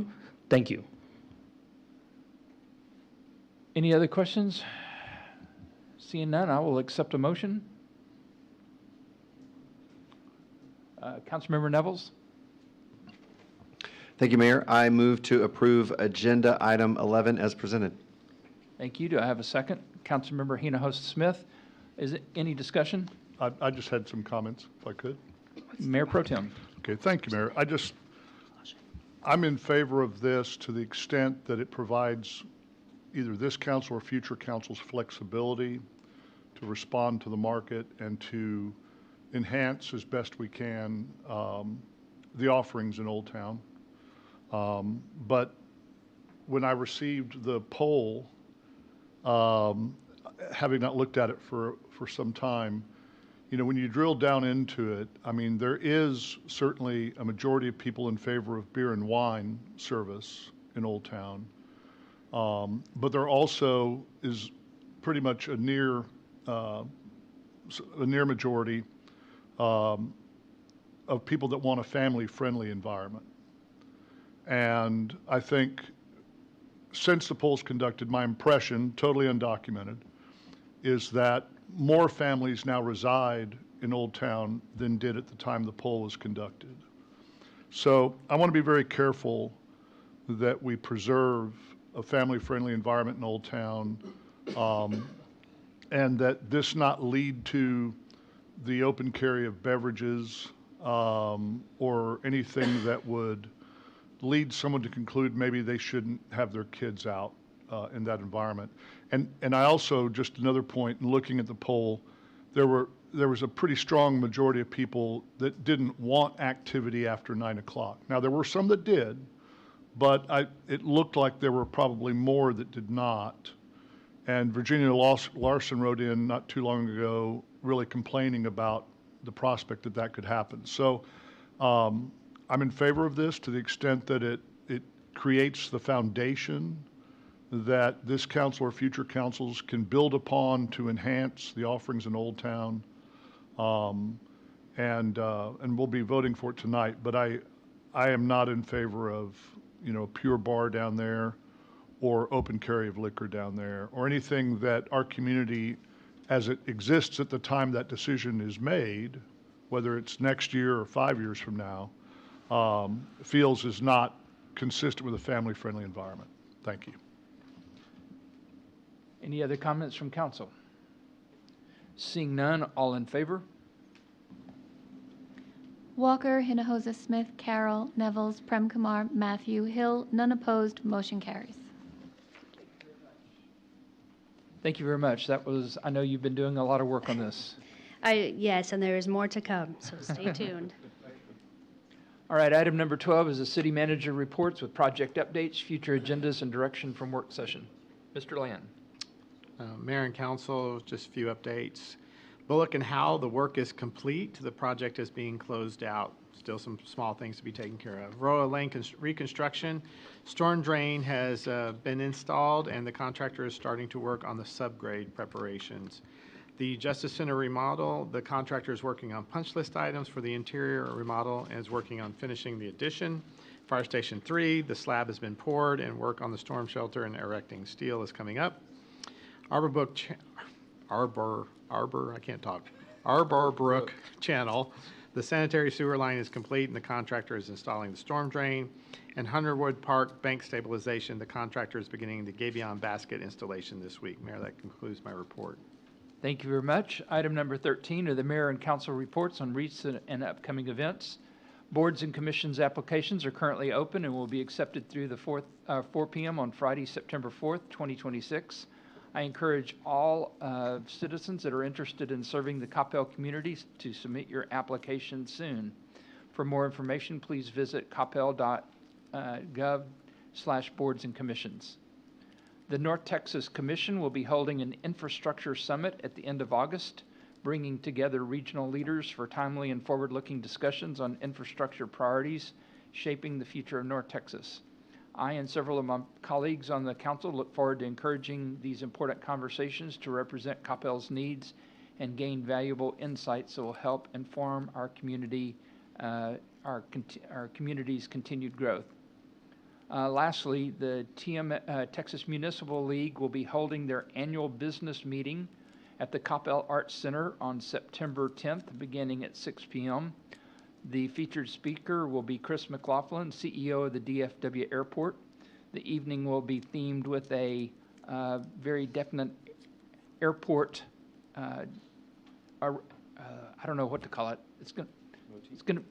No, it's more than a motif. It's going to be, thank you. It's going to be an aircraft or aerospace atmosphere. This is TML Region 13, which encompasses 9 counties from North Texas, including over 130 cities. So please check out the email that you should have received from Texas Municipal League and make your reservations soon. Who's the director of that region, Mayor? The regional director for Region 13 is yours truly. Oh, okay, Mayor, excellent. Thank you. Kevin. Item number 14, council committee reports concerning items of community involvement with no council action or deliberation. We have a report from the Dallas Regional Mobility Coalition from Councilmember Don Carroll. Thank you, Mayor. It's only been a couple of months since I reported out, so we've only met once since then. Senator Royce West from Senate District 23 joined us to talk about all things transportation. He's the vice chair for the Senate Transportation Committee, and he certainly highlighted some of the things they will be discussing during this next legislative session. Emerging technologies certainly continue to evolve, and how the state responds to those is certainly going to be important. He did point out that 5 out of the 9 committee members are actually from North Texas, so we're hoping that actually is to our benefit. I did bring up the idea of e-bikes. I asked him about e-bikes and what he's hearing so far, and his response was he's hearing nothing. So I think by the fact that I brought it up, though, I think it is now on his staff's radar. In fact, I noticed in his communication email a few days later, it was highlighted that e-bikes are going to be discussed and everything. So, and I told him, I said, I think this may be more of a municipal issue, but we need the tools to address this issue, and we don't have, we're a little bit hamstrung from the state level to address this issue. So hopefully between Tan and Royce, we will be able to make some headway on that. We continue to certainly be, continue to have a lot of growth in this area, and that certainly has hurt the congestion. You will hear things at times such as there are not farm-to-market roads. There's not money for farm-to-market roads in this area, and a lot of that has to do with there are so many large projects for the North Texas area, they crowd out a lot of the smaller projects. And the fact is, if we could, if we had more tools in our toolbox from a transportation standpoint, meaning managed lanes or toll roads or things like that, there would actually be a way to free up some dollars because you're able to go and finance some of those projects long-term, and therefore, you know, if Houston has a $9 billion project and Austin has a $6 billion project, that's $15 billion that's being tied up out of the UTP. Well, if you were able to finance that, you wouldn't have to spend $15 billion. You would finance a lot of it. You would only spend part of that, and you could free up money for other projects. But at the moment, we are being restricted a little bit on what tools we have to develop in the growing area. So as we go into the next legislative session, there's going to be a lot of emphasis on certainly local control, continuing to figure out what we need for our region and giving us the tools to actually address that. There's always little things like, you know, the sales tax on automobiles. You would think that all goes toward transportation, but it does not. A big chunk of it goes to the general fund. And so diverting funds like that are specific to transportation, they should be used for transportation, but that's not the way it always works coming out of Austin. So that's sort of my report for this month. Thank you very much, and good job on we'll see if influencing Senator West. It got in the email at least. Hey, so we got a little progress. That's a plus. Item number 15 are public service announcements concerning items of community interest with no council action or deliberation permitted. Do we have any public service announcements? Seeing none, there was no action from the executive session. We are going to defer our one work session item to a future council meeting, as there was no urgency on that. So with that being said, there being no further business before this council, we are adjourned at 9:48.